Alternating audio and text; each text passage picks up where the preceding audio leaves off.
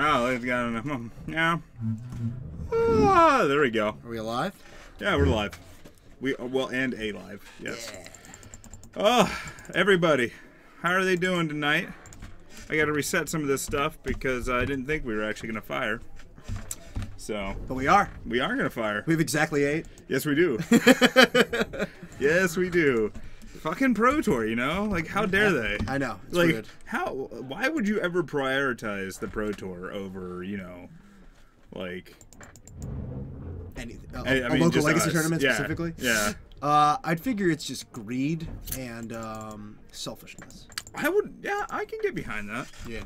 It was just about to be me and you playing Moto for an hour, for like 3 hours. I would have done that. I got Moto on the computer. We can totally. Oh, that's why I said it. Oh yeah, we could 100% do that. Like that's not. But the only question is, do you have mud on Moto? Oh, I've got like 4 or 5 different versions of mud. Oh god. As So long as you're ready. Then Wizard of the Coast would probably what? What did we miss? What are we missing? And why does this keep like shrinking my thing? I don't know. Like this.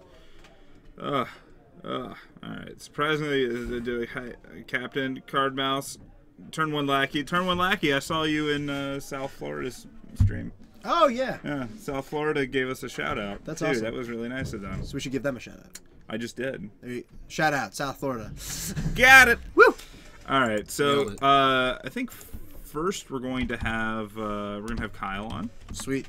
So we're going to see some WUBRGxyz Omnitail, which seems, you know, is sweet. It seems like good things. I think Omnitail is like one of the like on the short list of best decks in Legacy right now, in my opinion. Really? Yeah. All right. I don't like it because I don't have as great of a matchup as I would like against it.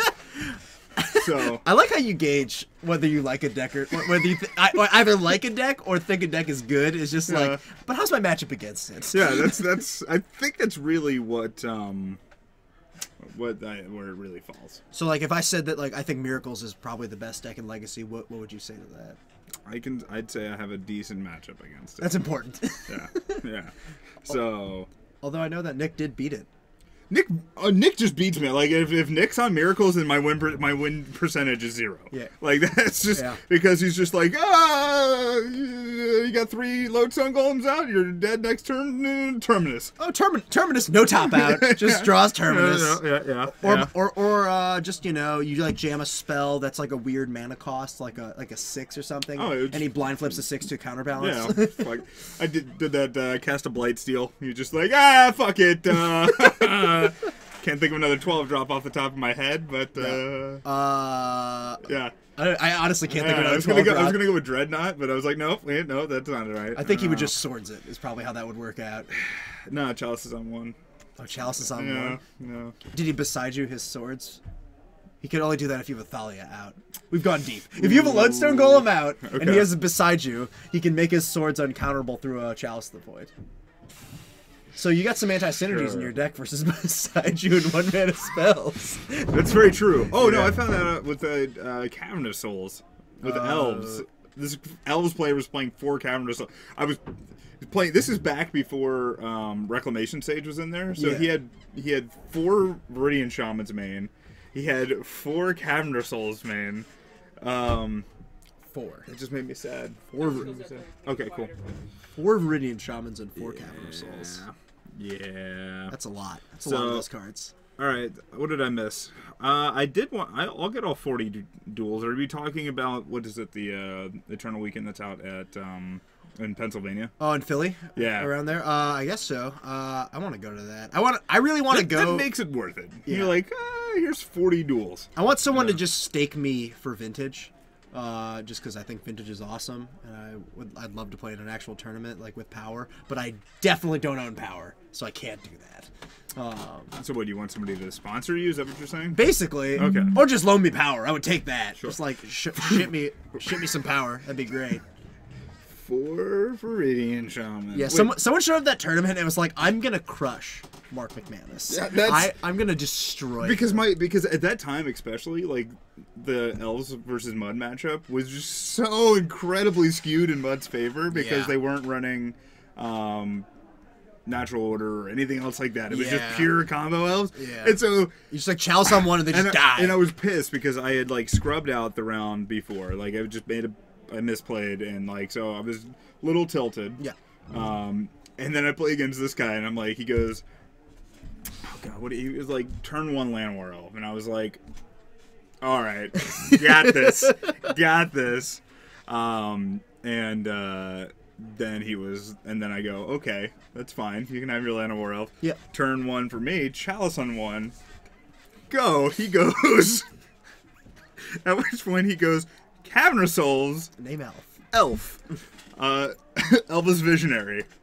Pass. And I'm like, okay, that's fine. So 2-drop wasn't going to counter it anyways. Then I go Trinisphere. And he's like, okay. Mm-hmm. And then he goes... So how does Trinisphere work with Chalice of the Void here? I'm assuming if you cast a 1-drop, it'll cost 3, but it'll still get countered because it's a 1-drop? Correct. Okay. Yeah. Trinisphere checks at the very end. So Okay. you're like, has 3 been paid for this? But Trinisphere's got its own like phase, which is fun. Okay. But yeah, the converted mana cost of the card is still 1. It just Trinisphere just says, hey, did you pay 3 mana when casting this spell? Okay. If yes, you're golden. If no, not so much. All right. Nasty Nick. Well, hello. And then what would you play, Phil? Oh, and, I don't know what that reference is. probably Oh, vintage. Vintage. This. I would play Doomsday. Doomsday is the only. I haven't really played much Vintage, but I've like I've played some games of Doomsday, and it's like a ton of fun. It is so much fun. It is a really difficult deck to justify playing in a sanctioned tournament because, man, is resolving this card difficult. Oh my god. There are situations where you just have to maneuver in crazy ways and then build a pile to beat the Force of Will they have, or maybe don't have, or Flusterstorm, and it's just... It's intense. Just play shops. I would never play shops. That's like the last deck I would play. That's what I would do. I would rather first deck I'd play. I'm not surprised. I would consider Dredge. I would definitely consider Dredge. Like I don't think I would play it though. Like just because I know you're something like 98% to have Bizarre or something in your opener post Serum Powder and Mulligans. But I feel like I would just hit that 1%. Just like that other 2% and just get destroyed. But I play Serum Powder? Yeah, you play 4 Serum Powder. Like my vintage knowledge is all Dredge does is put Dredge. I thought you were still talking about Doomsday. No. Okay, no. Doomsday cannot play Serum Powder. Too many moving parts. That's why I was like, I was like, wait. That's why I got really confused. Yeah, you like have your opener and it's got like Lab Maniac and Tendrils, and you're like in Serum Powder. You're like, well, I'd love to Serum Powder this away, but then I can't win. Well, yeah, because that's why I was looking at like Nasty Nick's comment about, and so I got distracted. But yeah, not a worry. You're welcome for the follow. Yeah, it seemed pretty good. Yeah, I was one of the South Florida Magic guys. I feel like I have actually seen it before. It was it was not bad. Yeah. They actually use scenes. Oh, really? Yeah, I'm just no. We have somebody working on making scenes for us. It'd be nice. Yeah. But he plays every once in a while, Nathan Borgo. Oh yeah. Yeah. I know. So plays Dredge. Yeah, that'll be so if that happens, that'll be nice. It will be nice. But as it stands, I do not have the time to do that. Where's our pizza? That's the better question here. I was gonna ask 2 things. 1, where our pizza is, and 2, where's Kyle? Where are our players? I mean, Raul said he had to wait for just a little bit, just a scooch. Okay. So I'll go upstairs. I'll find out who's sitting where, who's playing who, and see if our pizza has shown up yet. Sweet. All these are good things. Yes, they are. I'll man the stream. So talk about Collected Company. I'll talk about Collected Company. Collected Company. Oh, of course, Greg's jumping in saying Collected Company and Modern. Oh, it's sweet. I love it. I'll go get this taken care of. But yeah. Collected Company and Modern. I'll talk about that for a bit. Grafdigger's Cage is great against that card, but the deck in question plays Collected Company and let's pull up Collected Company. Plays this card and then 4 Congregation at Dawn, which is a 3-mana instant that just stacks 3 creatures on top of your deck. It's sweet. I think that deck's awesome. It's just like a Malira deck that doesn't have pods, so it's certainly worse, but it does really interesting things. Ooh, it looks like we have Gregory Pino. I think we have, I'd assume it's some form of Maverick deck, but I'm not certain. Grixis. Sorry, guys, just gotta set this up right quick. Oh man, Legacy. I don't know how I feel about Legacy Infect. I think Legacy Infect. I kind of fall in the same camp as what like I think Cedric and Patrick Sullivan were talking about. The deck is good, but it's quite a bit worse now that it's a known quantity. Like, I think it had a lot of power just because people didn't know what to play around. But I think these days it's just now that people know how to play around the deck, it's a little less exciting. Ned, that's actually Ned. Damn it. On the left. And I got him switched. You got him switched. Yeah. You can tell by the arms. Pino's got something. Yeah, I thought it was him. Yeah, Pino's got some arms, man. That's I thought it was him, but I was wrong. Yeah.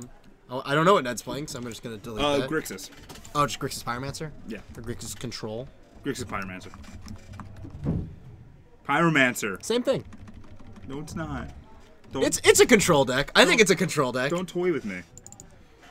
You type Kyle normal. Oh, I can't type Kyle. You don't want to lean over me some more? No, I'm done. No? Alright, well, let's I've had my let's fill. get the booth off, too, since it looks like they're actually doing some stuff. What are we doing here? Grixis Omnitel. We got a Grixis Mirror. I am not a McManus brother, thank you very much. Huh? My brother's a McManus brother. Yeah, exactly. He's in a contest now with Team 2G. What is that? Streamer. So like, you know Trick. Trick. He's a big LOL streamer. No. Do you watch any streams? Not. I'm not having this not conversation League of Legends. with you. I've watched like the odd one. Before. Okay, sure. Is Trick just like another League of Legends streamer? Trick is he's primarily a League of Legends streamer. He does some he's very boisterous, or he just doesn't talk at all. But anyway, so like he's part of this thing called Team 2G, and they're having a contest to get a new streamer on. So my brother's been doing that. And that's sweet. Yeah, he's been getting a lot of publicity. They're doing giveaways. So guys, check out his stream if you guys want to see some sweet giveaways. Is he a good LoL player? He doesn't play LoL. He plays like every other game. Plays a lot of H1Z1. Okay. A lot of what the hell is it? Dark Souls. Yeah, that's a big one. Yeah, I've heard of it. Yeah. that's basically my logic. That's how Phil defines whether something's good. Oh, none of it's good, just if it exists. We are also not at Card Market. Liar. Yeah. Yeah. There we go. There we go. We can start the clock too, I think. I'll start your clock. How about that? Oh, if you insist. I will play. If I play Udyr and do giveaways, will you promote me on stream too? If you end up being my brother, then yes. If you are in fact a long lost brother of mine, I will 100% rep you. Bisco M, everybody. BISQOM. Watch him. Yeah. We're going to have a short stream tonight. I know he's still going to be streaming by the time we get done. Perfect. Kyle on a mulligan, it seems like. Seems a little unfortunate for him facing down a deck that I know contains a bunch of discard spells. Kyle's got discard spells too. Maybe he can discard the discard, you know? Oh, this hand looks... There's 3 lands. It's 4 lands. It's 4 lands, enter the infinite Gitaxian probe. Get it! And we're keeping. Run it, Kyle. Ooh, and we see a great hand from that. Yeah, it's not... probably not what you want to see if you're Kyle. Yeah, you got Spell Pierce and Force of Will. 2 lands and a Ponder and a Baleful Strike. Looks like Ned mulligan. This is a mulligan, by the way. Yeah. Oh, did he mulligan as well? There's 6 cards there. Oh, yeah. Oh wait. Oh. There we go. And there's also a Jace. Oh, God. All right. No, my brother's not Trick 2G. My brother is Bisco M. Here. Twitch.tv/BiscoM. That's my brother. Crimson, guys, guess what? What are we guessing? What are we guessing? So Thoughtseize from Kyle and... So he top deck Thoughtseize immediately after that? Yeah. It's a fetch. I wonder what he's going to take here. Like, all the cards in Ned's hand are pretty problematic. Kyle has also dealt himself 5 damage this turn. Not that it really matters. Yeah. Well, actually, it could matter in this matchup. Only not. Only really if Ned manages to get a Pyromancer going early, because I think his deck's actually not. It's pretty creature light. Like, I think his creatures are basically just Pyromancers and some Snapcasters Sure. and some Baleful Strix. Like he's much more on the control spectrum. Yeah. Land off the top for Ned. Ned gonna go down to 19 from that. Also, I'm gonna ask the question that everybody asking. Why aren't you queued for the Pro Tour and testing with everybody else, and why we only have 3? Because I'm bad. I keep losing in things. I keep losing when I should be winning. Not should be, but like I would like to win more than I do, basically. So I'm here this weekend. Yeah. No, it is Pyromancer. He definitely has 4 Pyromancers. I thumbed through the deck. Yeah. When I was looking, so he definitely has those. Question: Commander Mouse is writing the BART. What is the BART? Is that San Francisco? I think that's a San Francisco. I've never heard of that. I think that's San Francisco Public Transit. That's pretty excellent public transit knowledge right there. Only reason why I know that, I know people from San Francisco. And watch, I'm going to get corrected here in just a second. So what's on that Underground Sea? It's actually What Now? Yep. So I guess our viewers have not heard the story. No. So basically Ned was viewing... well, here, we'll just say this. So Kyle trying to brainstorm. Ned is going to force that. I feel like that's an aggressive... force. I guess. Well, maybe not, because it is a main phase brainstorm. I mean, with Kyle on a mulligan to 4 here, and like Kyle had only 3 cards in his hand at the time of that brainstorm. I think Ned is just looking to mulligan to 6 before the cards. Mulligan to 6, yeah. He doesn't. Ned doesn't know that though. But I think I would have let that brainstorm resolve. I think I'm a little more interested in focusing on like a powerful spell. I mean, I think the main reason he cast that was since he had a second force. Yep, I'm right. Wow, look at this guy. God, I'm good. Brilliant. So there's a Gataxian Probe. Kyle's going to go down to 13 from that. Oh, no, he paid for that. Never mind. Interesting that Ned decided not to cast his Pyromancer. Yeah, he did pay for that. Yeah, and why Ned didn't cast. Yeah, so the story behind Ned's, we should probably, get Collected Company off of there. Let's put, I'll put Young Pyromancer out there. Yeah. Pyro. Oh, Jesus. Whiffed. There we go. Done. Ned cracking 2 fetches. He's going to go down to 16 from that. Anyway, all right. So basically, Ned was overhearing some guys talking. Guy just bought a Beta Underground Sea, and his friends are like, "What are you guys going to do with your old ones?" And they were basically like, "We're not going to write. I bet you won't write on it." And so go ahead. I think Kyle played 2 lands that turn. No, they passed a turn back because that's what he paid for the Gataxian Probe with, right? I thought there was a turn in between, and that's how Ned got he drew the Young Pyromancer. No, Ned hasn't missed a land. All right, well then here, go ahead and run up. All right, we're gonna fix that, guys. We're gonna fix it. No, he. Okay. Yeah, we're figuring it out. Sorry about that. That was me trying to tell the story, but I'll finish up the story for Ned. All right, so I guess they're rewinding that. But basically, Ned, the guy wrote on there, and then Ned was able to get it from him for pennies on the dollar. I have a much better way of telling that story, but it kept getting interrupted. So, that's Ned saw a guy write "What Now" on a land, and he bought it from him for cheap. Yeah, he got that for like very little. So here's a Mr. Dak Faden, greatest thief in the multiverse. Ooh, there you go. God, I don't claim to know how to spell at all. Conspiracy. There we go. I like this card. I'm happy this card is seeing Legacy play. Yeah. And so Ned just discarded his Young Pyromancer.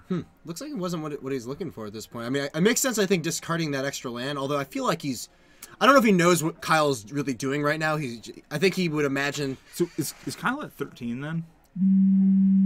No, I don't think so. No, because Kyle did pay mana still. Okay.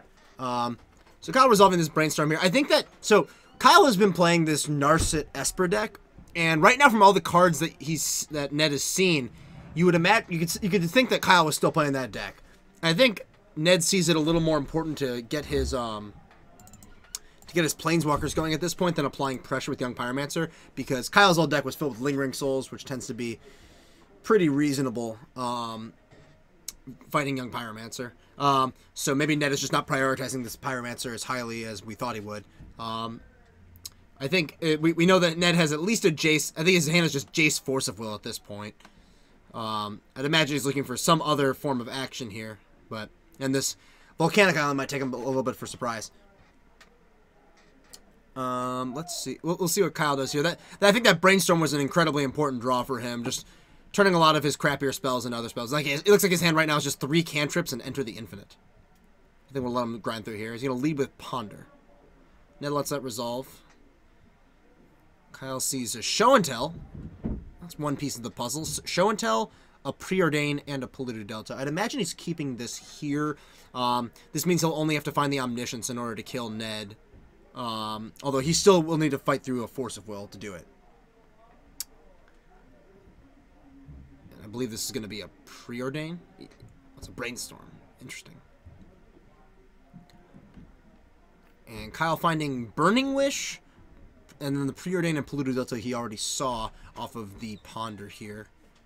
Interested to see how Kyle approaches this, because I think that Burning Wish is going to end up being pretty important. I know that he has in his sideboard Overmaster. Overmaster, which will let him beat this Force of Will, so, at least. So I can see the Burning Wish being somewhat important in that sense. Kyle's just trying to figure out what he's going to put back here, though. He has not played a land yet, so he will be able to play that Polluted Delta and shuffle away some cantrips. Yeah, it looks like he's going to get rid of the Preordain and the one of the Preordains and the Enter the Infinite, so he's just going to go down to Show and Tell. I think at this point he's just looking for Omniscience. I'm going to fetch here. Fetching an Underground Sea.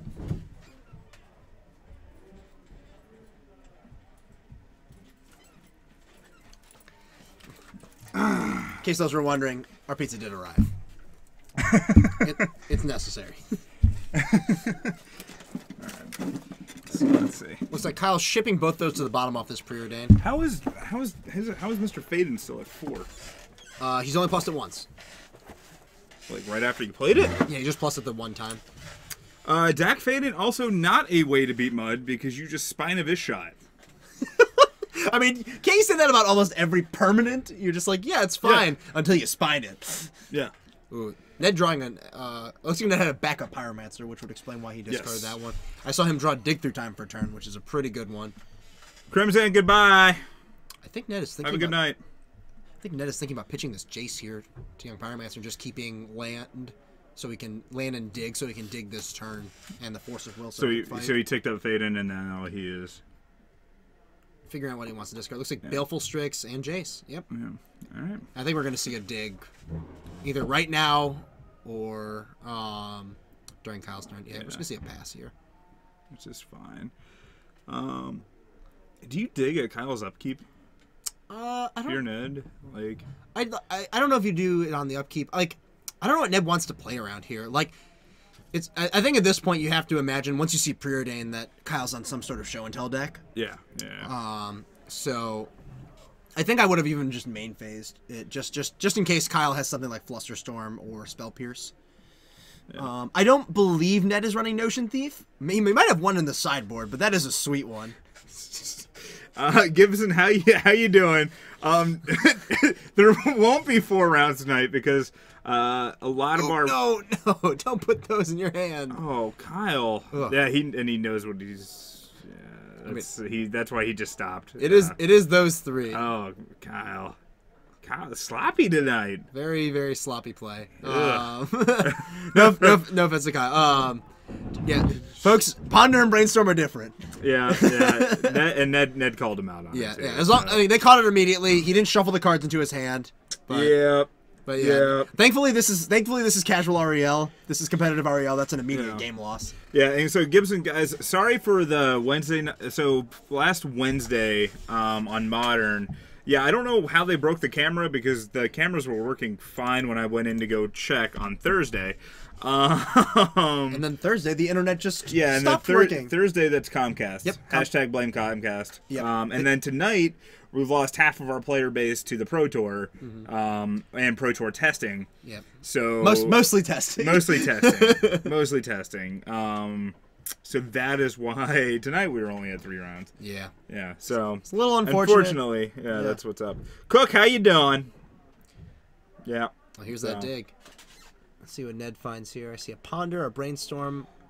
I don't know what that Looking at it upside down, that's the thing. I respect it. See a couple, I think a bolt in there.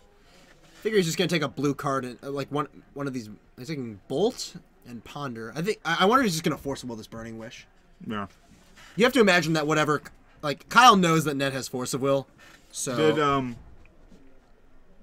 I wonder if Ned missed his. Yeah, I was just about to say, did Ned miss his trigger? He might have missed the first Pyromancer trigger. I mean, he's had 2 this turn. Oh, he did. Yeah, he did miss the first. I think he missed the one off dig through time. That's rough. That's rough. Yeah, David, we start at 7 p.m. Central Time. Yeah. Sorry, Cook. Yeah. Regular REL. Yeah. I always get that mixed up. Calling it. Cook calling you out. I am stupid. Casual REL does not exist. Right, so Kyle taking 3 here. We see a main phase brainstorm from Ned. I saw that the second card he took was lightning bolt. Just trying to speed up the clock. I think that makes it a. Does it make it a 2-turn clock? From 7. He gets down to he goes to 7. Let's see, maybe after this, Dak Faden. If he finds Faden's at 9. What does this emblem do? Whenever you cast a spell that targets one or more permanents, gain control of this permanence. I don't think that'll come up. You can't. What if you could just like bolt a person and take control of them? I was gonna say, what if you could bolt an omniscience? That would be If you could bolt an omniscience, I think that would be helpful. Ooh. Oh wow. Kyle has it. I think. Kyle has the 3-card combo unless Ned has some sort of counterspell, but I believe Ned only has cantrips in his hand. Yeah, he's got Snapcaster.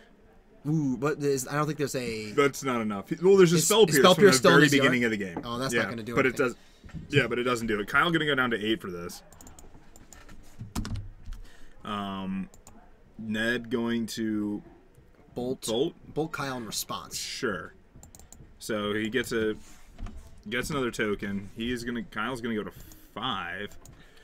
And then I think he's just gonna look at his graveyard. I don't think there's any relevant spell he can cast. I think he might just he's gonna let the show and tell result and just put in the Snapcaster. This makes sense. And he snaps. He could. I mean, there's not really much he can snap here. Yeah, the bolt just puts Kyle to 2. Yeah. But now Kyle's just gonna be able to enter the infinite and kill him. So let's pull up Enter the Infinite. Yep. All right, we can do that. Wow, Dak Faden's at $20.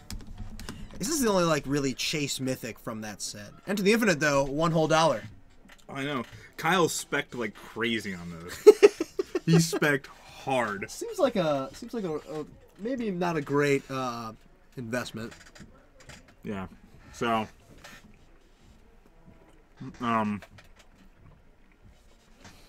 well, at the time, Sneak and Show was huge, and Omni Show was just kind of coming out. Or Omnitel. So it was an okay spec at that time. Okay. Oh, that's what he flips. Wait, can we pull up Petals of Insight? Yep. It's pretty good. It's Infinite Storm. But how does the last part read? So if you inside draw. Oh, okay. Okay, so he never has to draw the 3 cards. That's important. Yep. All right, yeah. So I thought that it's someone who was going to draw 3 cards, but I guess he just casts it over and over and over again, and then eventually just grape shots Ned. Yeah. All right, sweet. From that mulligan, 4 lands, Enter the Infinite Probe. Yeah, so there. I think Ned was actually pretty punished there from not casting that Pyromancer a turn earlier when he could have. Because if he did, that would have been the 2 points of damage. Yeah, I think that would have been the difference. Yeah. I also think Ned was a bit aggressive with that Force of Will on the brainstorm. Sure. Yeah. I think often it's very tempting to Force of Will brainstorm just because it's, in a vacuum, such an incredibly powerful card, especially at making mulligans, unmulliganing you effectively. Yeah. So I can see Ned's logic for going after it. But I think I still would have been a little bit more patient given how powerful his hand was at the time. Yeah, I completely agree with that. Gibson did what go through? I don't know what going through. Yeah, No. I mean, he could play titles, he could play Grape Shot. I guess Grape Shot's slightly better. I don't know.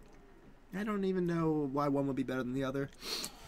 Kyle was a bit aggressive too with his Ponder Storm. He was. I gotta say, Turn one lackey's got a good point there. the Ponder Storm was more aggressive than I had imagined. It's not something I tend to play around. The Ponder Storm. Yeah. It's a rare occurrence, I would say. That's all right. Little rust we got here. I know Kyle hasn't played this Omniscience deck in a while. It's all right. Just gotta shake it off. What is that? What is on it? Yeah. Deliciousness. I didn't know. You gotta give me your number so when I actually order food, I can figure it out stuff. No, I like the surprise. It's enjoyable. Fair enough. I come here and there's just who knows.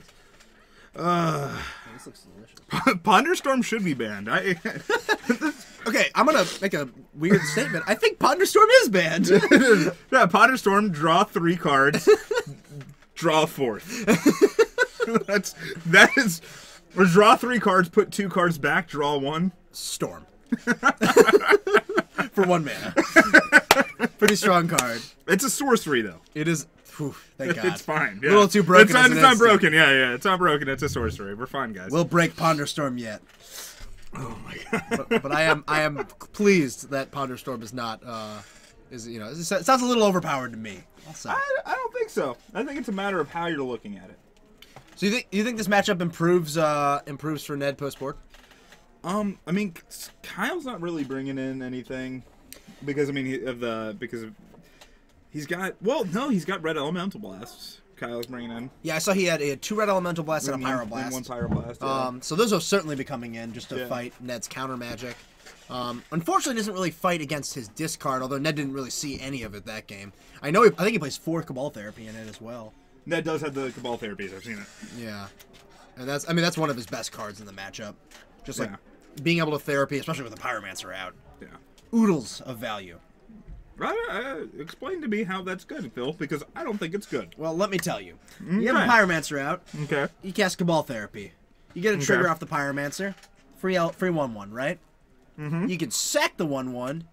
Trigger when you flashback therapy. You get another free 1/1. So in the whole deal, you get to take 2 cards, and you still get your elemental token out of it. It's basically perfect. I'm still not understanding. Well, it's like this. You start with the 2/1, and you end with a 1/1, and your opponent down maybe 2 to 3 cards. Does that sound like good for 1 mana? I've seen better. I have too.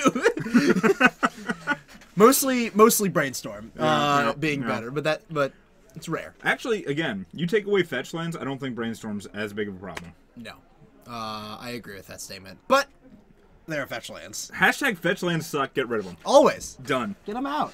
No one wants them. The entire Legacy community just rallying against Brainstorm. Yep. I see it all the time. No, fetch lands. Yeah, exactly. Like, I'm trying to figure out what would actually happen if fetch lands just got banned in all formats. It would just be a really crazy shift, I think. Yeah. In Modern, I think it's actually like fine. Like Goyf gets worse by a little bit. Basically anything that's really using like delve spells maybe get a little bit worse. But like the mana fixing, the mana fixing in Modern is actually pretty good. Besides, like mana's already really good in Modern, but I think it's still fine without fetch lands. You just have to get more creative. I agree. Looks like Ned's down to 5.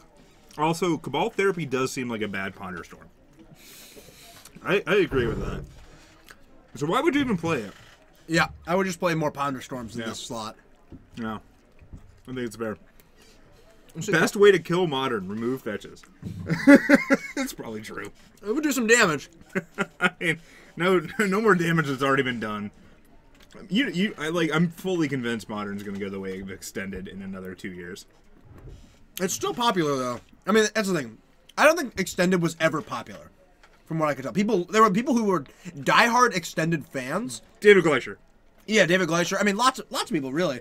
But I don't ever remember seeing it as like a really popular sort of format. Well, Ned down to 4.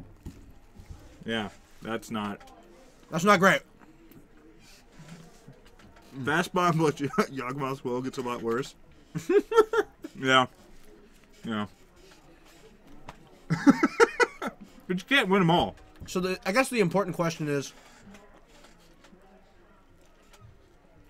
what would you do in Vintage? Would you restrict the fetch lands? You can only play one of each? Mm-hmm. That's pretty funny. I love the idea of a deck that's just like, one Flooded Strand, one Misty Rainforest. Just one of every blue fetch. Yeah, that's it. All right, let's see a good 4 cards, Ned. And no lander. Was he keeping? Mm-hmm. See, that's why his 5 had a land, and I hate getting down past 5 because statistically, you're just way worse off. I tend to agree. Yeah. You have to provide me an incredibly compelling reason to mull a 4. Yeah. And especially when Kyle has won game 1, like, you have to do something. Like, and maybe that was his thinking. Maybe he was mulliganing for a sideboard card. I guess that's possible. Like, I could see hands with this deck just like not being very effective, like just having like planeswalkers and creatures, and like not having, you know, Force of Will or Red Blast or what have you. But I don't know how picky you can really get. I'm sure that Ned had just not too many. Just had no mana in any of his hands.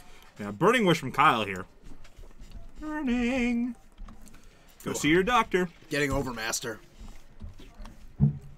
Yep. All right. So this doesn't seem like it's. Ned drawing a spell he can cast. Oh dear.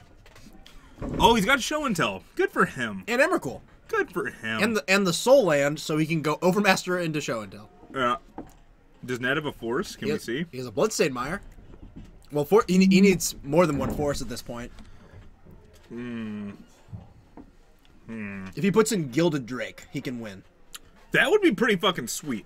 It would be unexpected, but amazing. I would do it.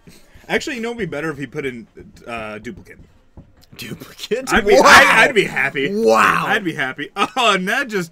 that's... Looks like his hand was just a bunch of count. His hand was excellent as far as one landers go. Just Yeah. Or no landers. No landers. I should say. All right, so we'll bring it back. I'm going to go find somebody else to put on camera. Do you want to go up? Sure. All right. Either way. So we're going to find somebody else. Yeah. So that was a thing. I don't know. So guys, how excited are you guys about the Pro Tour coming up? You're pretty excited, right? Right. Wait, what's metal? This metal bends when it's exposed to... Wait, the foiling process is actually put a thin sheet of... Okay. Are we talking about foils? Wait. So, wait, guys, I just discovered foil cards curve a little bit. Yes. Okay, good. There we go. The Standard Pro Tour. Yeah! I'm excited because it gives me Magic to watch at work on Friday. There will never be a Legacy Pro Tour. I'd be super excited because that would actually bring like focus back to the format more so. But you know, what can you do? I still really want to see Star City Games just do their open series, Standard, Modern, Legacy, Standard, Modern, Legacy, Standard, Modern, Legacy, and actually give you know, some good support for all the formats. So, but that's just me. It's just me. So, guys, I think we might do a T-shirt giveaway tonight. Just because I counted the T-shirts and we still have, I think, one of every size. So, yay! That's what we're going to do. I tried bending it from the other to give it away, but it... Oh, so, Captain QC, you can actually put the cards either in rice or packing peanuts, or put it under a heavy book, and that will straighten the cards back out. So... That's what, like, every day before, or whenever we go to an open or a GP, I normally take the deck and find whatever the heaviest object in the room is and sandwich the deck between the floor and whatever that heavy object is to get my cards straightened out. I know a couple stores use packing peanuts to get the curves out of cards, but there's a variety of different methods. Yeah. So, fun things. But yeah, Cryptics, I completely agree. I mean, I watch it because like I'm finding that since all support is going towards Standard, I'll probably have to start playing Standard again. But, you know, it's not like I actually play Magic anyway. Anyway, the main reason why there won't be a Legacy Pro Tour is because many foreign players have great difficulty acquiring Legacy staples, mostly those in Asia. Gibson, that's fair. I can completely say that's fair. Yeah. Yeah, I agree with... Yeah. Also make the Atlanta Open Legacy. Truman-Lackey, are you in Atlanta? That's fun. Used to live in Lawrenceville. Boom. Small world. I know that's outside of Atlanta, and you know, it's still like 40 minutes away, but I can tell stories if I want to tell stories, you know what I'm saying? I have lots of stories. I have stories about being in the woods, stories about playing Magic, stories about eating pizza, stories about looking at the camera, stories about talking to you guys. I mean, if you guys want a story, just let me know, and I'll make up a story for you guys, or it'll actually be a real story. I don't know. One of the two. Hodor would be packing peanuts help. Yes. How would packing peanuts help? Because they wick away moisture. Yeah. Silica packets will also do the same thing. I really dislike playing foils, even though half my team is foil. Yeah, you get it's my most of my mud deck is foil, so I understand. You know, it happens. Onikaigo, you got Enchantress built. You should be excited. Go out and play it, or at least try to find some place where you can play it. If you got any sort of local support, and if you don't, try to do some local support, and maybe do a proxy tournament. I know you can't really sanction those, but you know it's a way to get people playing. So that should be good. I don't like playing with foils because they hurt my eyes. Yes. No. Yes. Actually, just peanuts, not packing peanuts. Just peanuts. Got to do that. I thought you were being somewhat less sarcastic with the rice that I suggested, but no, peanuts will work too. Oh, my previous local game store was in Lawrenceville. Bam, got it. Done. See, I love foils. I'll do it.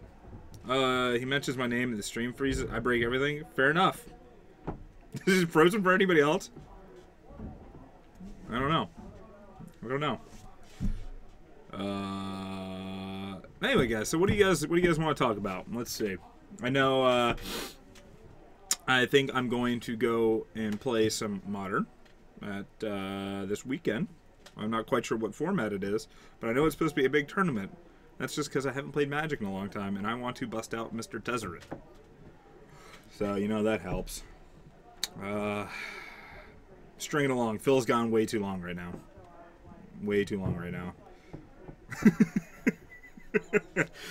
My guess is that round is actually going to be going pretty fast, so we might actually just be waiting to get another match on here.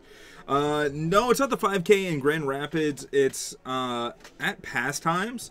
So the Modern tournament's on Pastimes. It's a 2-day event. I know Saturday's standard, and I have no interest in that. Sunday is Modern.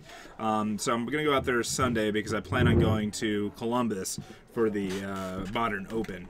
So if anybody's there, anybody else is planning on going to Columbus for the Modern Open, I'll be there. I'll give you a hug. Probably not. Maybe I will. If you come up to me, we can try it. I give good hugs, I'm so told. This has just gotten weirder and creepy and going downhill. I don't know if I should stop it or not. Maybe I should. Alright, so there is... Oh, it's SCG States. That's what it is. Oh, this weekend? Yeah. So there's one match still going. Okay. It is the Maverick Mirror. When I looked at the board state, it was game 2. Both players had Scavenging Oozes, Deathrite Shamans. One player had a Sylvan Library, the other one had just drawn a Sylvan Library for a turn. And one player had Knight of the Reliquary, the other had, like, something. There were no moms, so it was not, like, complete, like, misery. Okay. But I think Greg was about to Reclamation Stage the opposing Sylvan Library and play his own. It was just like an ooze mirror. It was crazy. I have to imagine there was nothing in graveyards. No, there was a bunch. Was Deathrite and ooze out? Yeah, I mean, Deathrite's slow. Deathrite's slower. But with 2 Deathrites going, I thought that's going to eat away. They must have not been out there for very long because the graveyards were big. I think there was a Knight going for a while.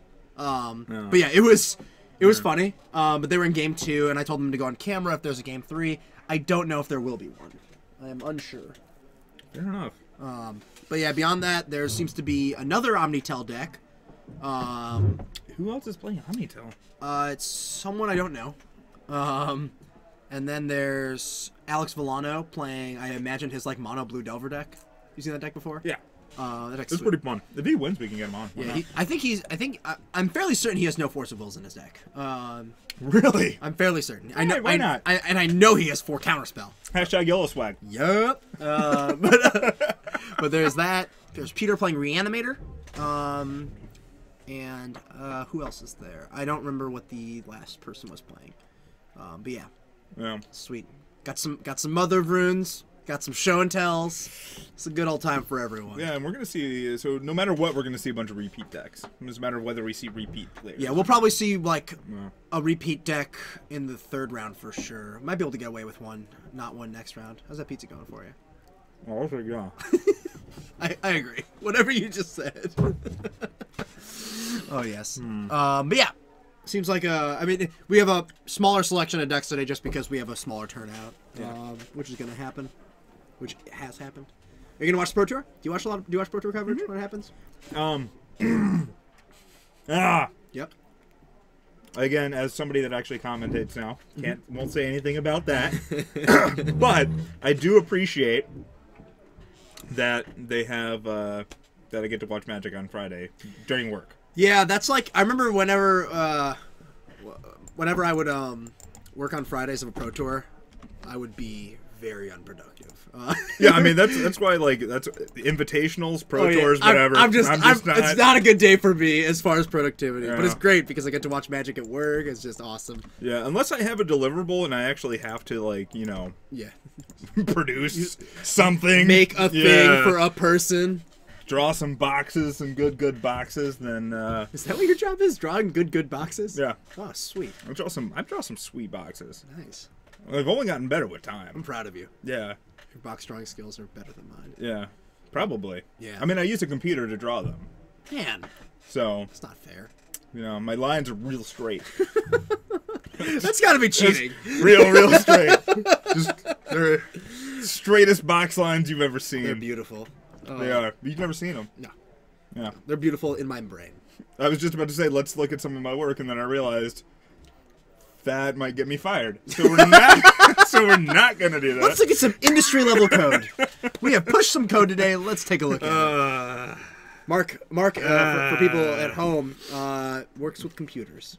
Do I? I think. I draw boxes. He draws computer boxes. I draw computer boxes. I do draw computer boxes. It's very nice. I'm trying to figure out why people should do something with boxes now, and it's very frustrating because there really is no point, but I have to make a point behind it. I want to point out that there is more than one person in the chat who plays a High Tide, and for that, I am confused. Fair enough. Maybe it's Feline and a whole bunch of Feline clones. That's possible. That's like the only thing that makes sense to me. Yeah.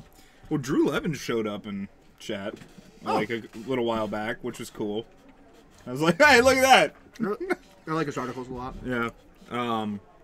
But I think this whole thing started from Enchantress because some Onikaigo got Enchantress together. You're so polite covering your mouth. I just let it hang. Just let it hang. Oh, I'm aware. Yeah, it's good. It's good. Enchantress is sweet. Simon has luck with it. Yeah, Simon does well with it. That's also the only thing he's ever played ever. Well, no, he's got Zoo. Well, he's got Zoo, but I'm just saying, like, that is his. If you asked me what deck is Simon playing at Legacy, I would probably say I'd give you an 85% chance that he is on Enchantress. Yeah. People don't. Chicago style pizza is not like a thing you eat regularly. Hey kid, on a computer, quit all the downloading. What was that? Pork chop sandwiches! Pork chop sandwiches! Who got this so far? Get out of here! Get the fuck out of here! My co-commentator's lost his mind. If anybody gets any of those references, you get a thumbs up and probably shattered ears from the high pitched that just came over the speaker. Phil can no longer hear. What? Yeah, that's pretty much it. I play Miracles. Did you play? I'm dying here. G.I. Joe! There we go. Have you seen those videos? Yeah. Oh yeah. All right, there we go. Yeah. There. Yeah. That's the one I've seen. Yeah, they give him the stick. Don't give him the stick. Are you my dad? No. Mr. Body Massage Machine, go. Oh my god, that's a throwback right there. Oh, good. That reminds me of being like in freshman year of high school or something like that. Was it high school?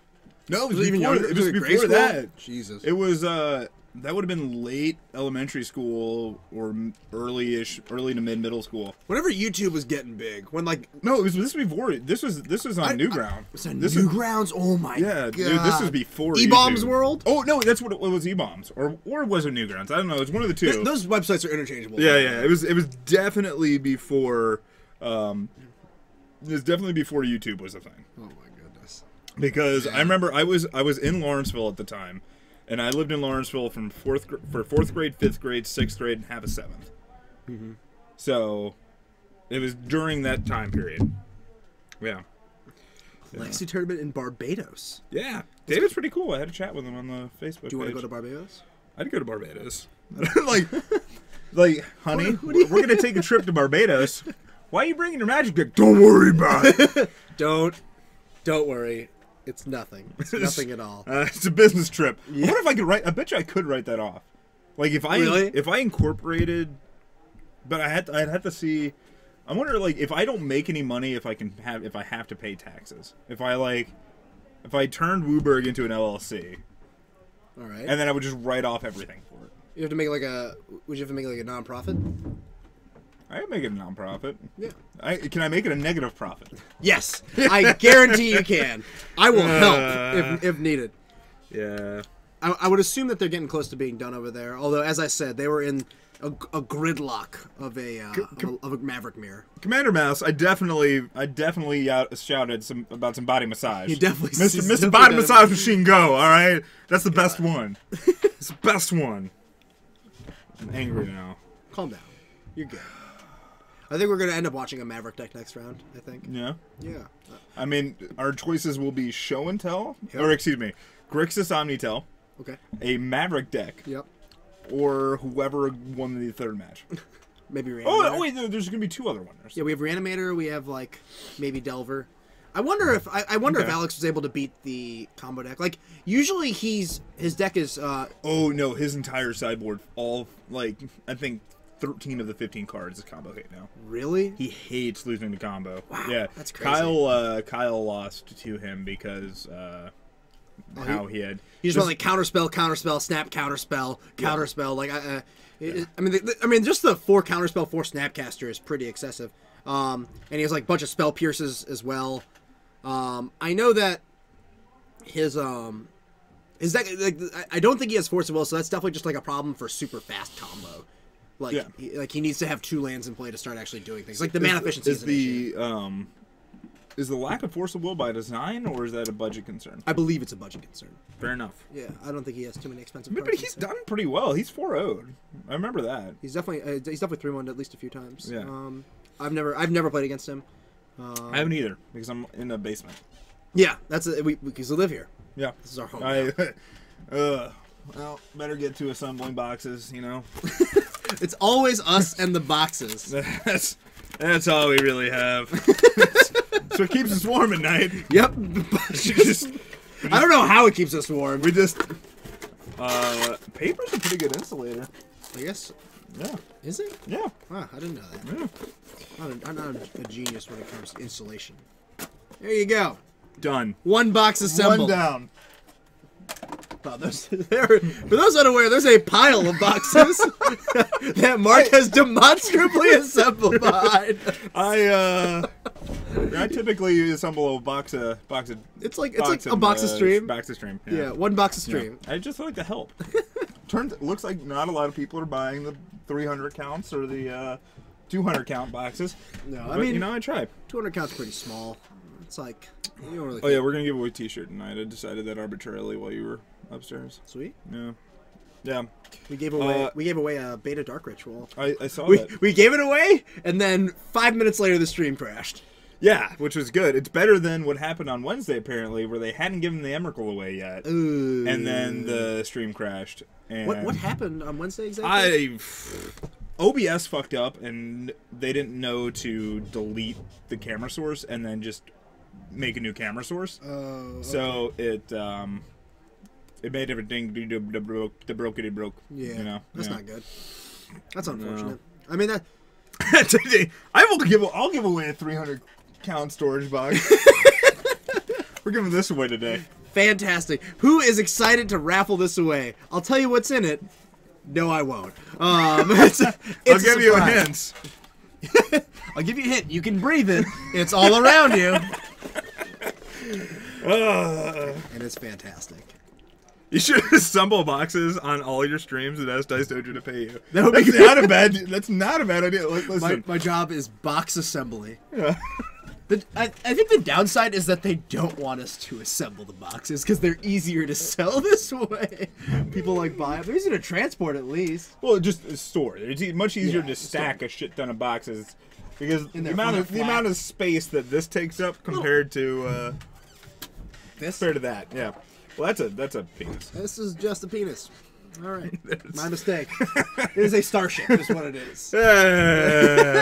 Spaceballs? Spaceballs. So, I was thinking of either playing Charlotte's Bug or Reanimator this Saturday. Ooh. Reanimator, just because I hate Bug. Charlotte's Bug's probably better. I think Charlotte's Bug is better, yeah. But I don't like the deck. Is it because you have a bad matchup against it? I have a mixed matchup against it. It really depends on what build they're playing. I just don't like it because it's super grindy. It is an extremely grindy deck. It's like, you know, it's one of the few control decks in the format. It is a battle cruiser. Yes. We're about to get round 2. Oh, cool. Sweet. All right, let's. We can get. Oh, I got really confused there. Let's get Joe and Peter. Yeah. Yeah. Joe, do we know what Joe's on? Peter said that he didn't want to be on camera. Oh, did he? Okay. He may not. I'll double check with him. Yeah. So ask him if he's willing to do it. If not, should we want Kyle? I mean, do we want Omnitel and stuff? Or We could do Alex and Nathan. I like Alex and Nathan as a backup. If they don't, if yeah. So Peter and Joe first. If not, okay. I don't know what Joe's on. Okay, that's fine. I think he's on Omnitel. I'll give you an Omnitel. What are you gonna Omnitel me? Date of your death. Oh my goodness, that's a lot of information. Yeah, you know, because I try. I try to make. I'm trying to make these things, you know, good. You know. Mm-hmm. Yeah, like it's valuable information. You can do something with it. Mm-hmm. So I just realized I should probably go up there and try to figure out actually who is going to be there, because we're gonna see just 2 arms sit down. Granted, we can tell the difference between Peter and Nathan. Yeah, I was gonna say I think we should be able to tell. I can usually tell if it's Peter or Nathan. Yeah, that's fair. We have no miracles tonight and no Charlotte's Bug. Oh, and you guys were right. Mode's pretty bad right now. Yeah. I think Mode is horrible. Yeah. I think we actually did get Peter. Yep. Yeah. All right, cool. Get a little bit of Reanimator action. I think it's because he won his first match. Now, if he loses, he's never going to be on camera again. Ooh, I definitely see a Blood Moon on the sideboard of this deck. It's more like a painter deck to me. Yeah? Do we want to leave it blank? No, he did say Reanimator. He totally said. No, sorry, his sideboard. I saw in Joe's sideboard. There was at least Snaring Bridge. There was a Snaring Bridge. There was Blood Moon. Snaring Bridge is going to be a sweet one. Do you know how to spell Peter's last name? Topolus.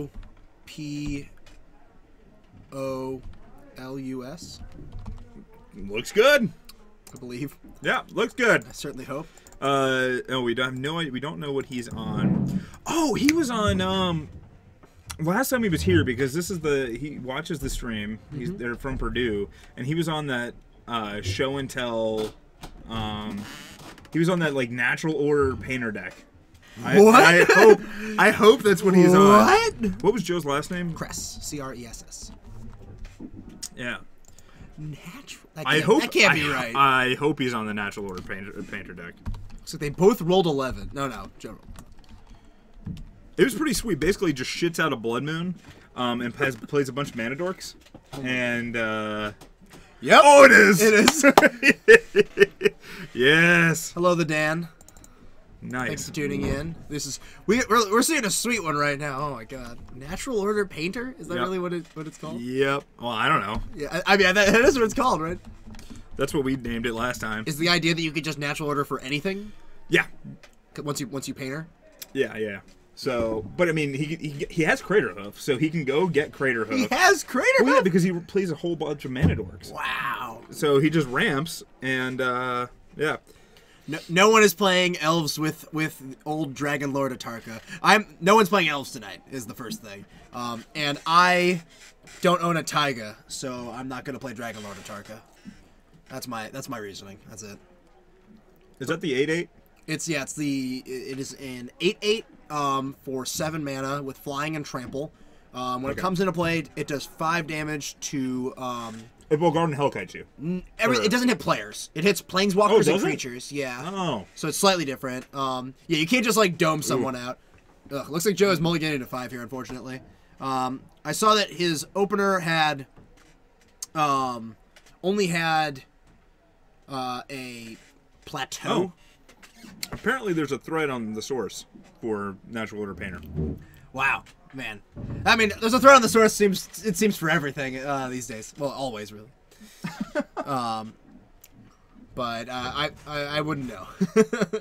Let's see what we got here. We got Enlightened Tutor. Because this looks like a reasonable hand. Got a Mana Dork, a Green Sun Zenith, an Enlightened Tutor, and an Ensnaring Bridge in a land. Yeah. Well, Phil's also just like a. What am I? What would you describe me as? A hater? Hater. I had something far more fancy to say, but then I partly forgot what it was going to be, and then I was also like, you know what? What are you doing? They're both 1-0. You're 1-0. And also the timer. God bless. You know what, Phil? All right, I'm a busy man. We're going to change this to 47. Why? I respect it. Because arbitrarily. So I'm sure. I wonder what Joe has as far as resistance to this combo goes. I don't know if he has much. Ensnaring Bridge is great. Going faster? I don't know if you can go much faster than Reanimator. Going faster? There is the downside of him playing Painter and then Peter just putting in an Iona and naming whatever color he feels like, whatever color Painter is on. That's what we like to call a combo. All right, I could do that. Yeah, it's pretty strong. Kochi Click? I like that name. Koji Click. Kochi Click. Yeah, I know. Kochi Click. Coach Click. Looks like we got a couple Green Sun Zenith. A Green Sun Zenith. He has a Snaring Bridge in his hand, but looks like he's a mana off from casting it. Grindstone and Enlightened Tutor. I think he's considering just Zenithing for a Dryad Arbor here. Yeah. And then just maybe casting Enlightened Tutor? What? I don't know. I mean, again, we're not really familiar with the cards in his deck. This definitely feels like an Enlightened Tutor deck, especially given the one-ups in his sideboard, all the enchantments and stuff like that there. Yeah, so there's a Grindstone. Maybe he's going to Enlightened Tutor for Painter. Or my guess is that he's trying to maybe bait out a counterspell from Peter, if there is one. That way, because, I mean, realistically, the Green Sun Zenith is more important. Be able to go get the Dryad Arbor and get 3 mana. So, especially how Peter has done this, because it's looking very likely with that careful study that Peter's going to be able to reanimate Grizzlebrand next turn. And it looks like Green Sun's going to resolve. So, there was definitely a Green Sun for 0. We'll pull up Green Sun. Why? It's great. Hashtag Yellow Swag. I love this card. Hashtag Unbanned and Modern. Yeah, it's just like a really fair birthing pod. You could just ban Dryad Arbor. I'm okay with that. That's what people didn't like. All right. Scroll up. Damn it, Phil. Nope. I got there. You didn't. You didn't highlight. You didn't get there, Phil. Didn't get there. I'm sorry. Peter at 19 after fetching with that Misty Flats is what I was about to say. Marsh Flats. They're going to see a reanimate. Well, that's not great. And Peter's going to go down to 11. Well, I should say it's not great if you're Joe. It's really great if you're Peter. Yeah. Well, Joe is technically winning right now. I'd like to point that out. Peter then going to play a Ponder, see what's up, and looks like he's just seen a couple cantrips and a fetch land here. I mean, at this point, he doesn't really need much else. no. Once Grizzlebrand's in play, it's just sort of elementary. I wonder. I don't know if Joe has a Caracas or anything like that in his deck. He might. Mm-hmm. Yeah. Well, If you're Peter, do you pay 7 life immediately? I think you wait for something that has to be that you actually have to answer, that like you need to pay the life for. Otherwise, I think you just swing and then get in life. I'm just interested in doing it. The temptation to do it this turn, at least to me, is that if he hits another fatty, he could just natural discard it, and it sets him up to reanimate something else next turn, which I think has some value. Or he can hit like Petal and Entomb, like. Yeah. Ooh, and this seems like something you got to force a will, and it looks like his hand has just a bunch of forces. And this is why. Oh nope, you just daze it. Ooh. And this is why, like, I actually would have liked to see just Green Sun for 0, get Dryad Arbor, and Lighten Tutor for another Ensnaring Bridge. That way you can kind of play through it a little bit. But either way, this is gonna be real rough. Joe's gonna go down to 12 here, and Peter's gonna go up to 18. Yeah, I think at this point, you know, you take your 7 cards here. It looks like he's not though. He's just gonna pass,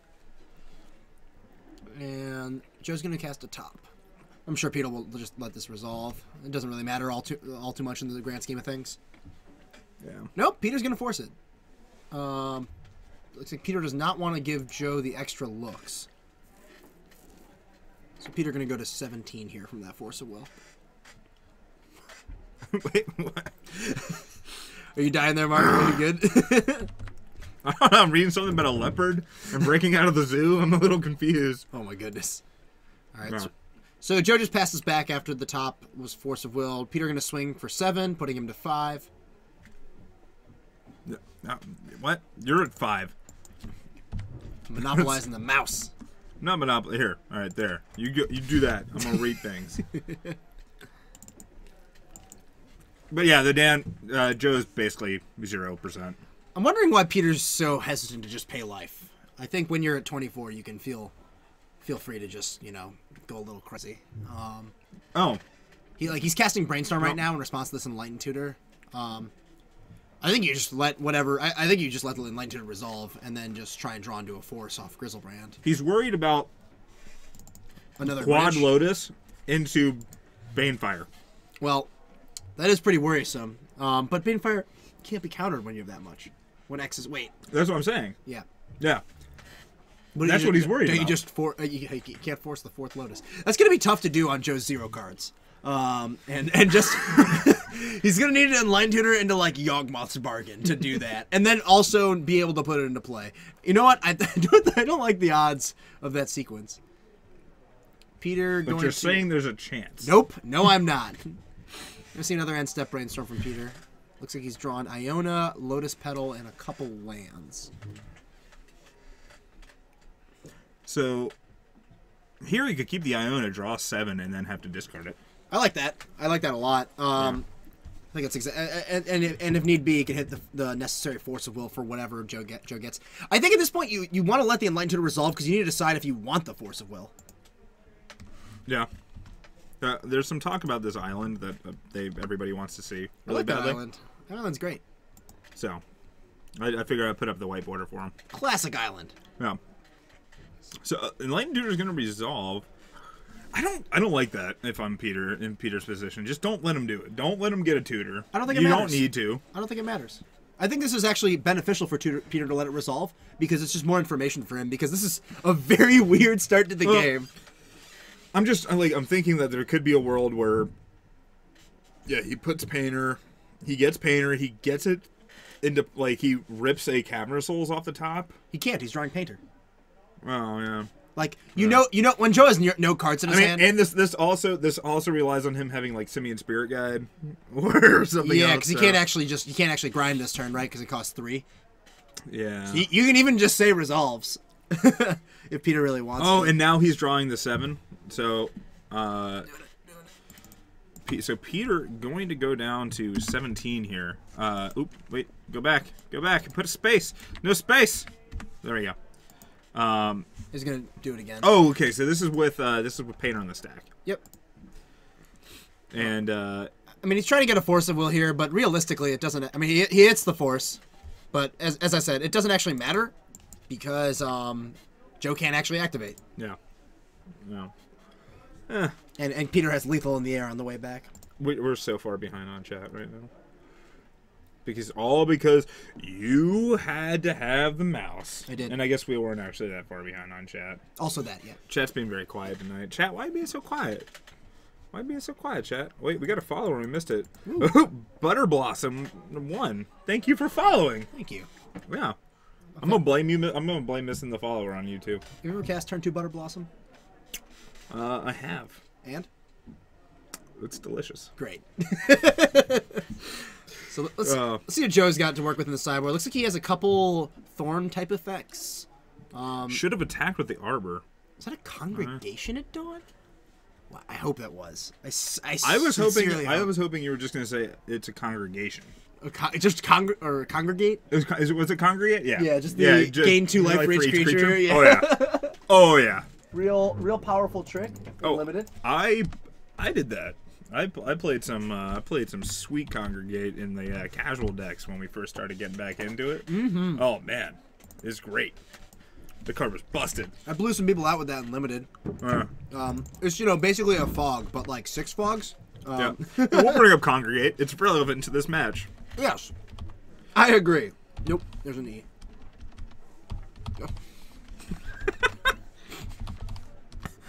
There you go. Was that intentional? Because that felt intentional.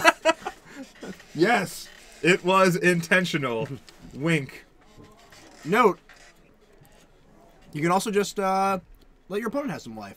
It's a nice fair card. It is target player. Yeah. I want that guy to gain some life. In what situation is that? Like Death Shadow. That's the best one I got. Shriek, kill your Death Shadow. Maybe like, is there like a life swap card that I'm not thinking of? Soul Conduit. Yeah, so maybe you give them a ton of life and you deal a ton of life to yourself, damage to yourself, and then you switch it, and we swing in Goif and win. I like the idea that you could misdirect it. Yep. Papa Tritty, thank you for the loud noises. Appreciate it. I wish this card was better against Burn. I love cards that are exceptionally hateful towards Burn. Like, Feed the Clan. I love Feed the Clan. Every green deck in Modern should play like 3 Feed the Clan. You know what, just get Burn away. I hate it. I mean, you know what I do? What? After board, I go up to 4 Elixir of Immortality. Yeah, 4 Elixir and then like 4 Trading Posts or something absurd. No, like just 2 Trading Posts. Just 2.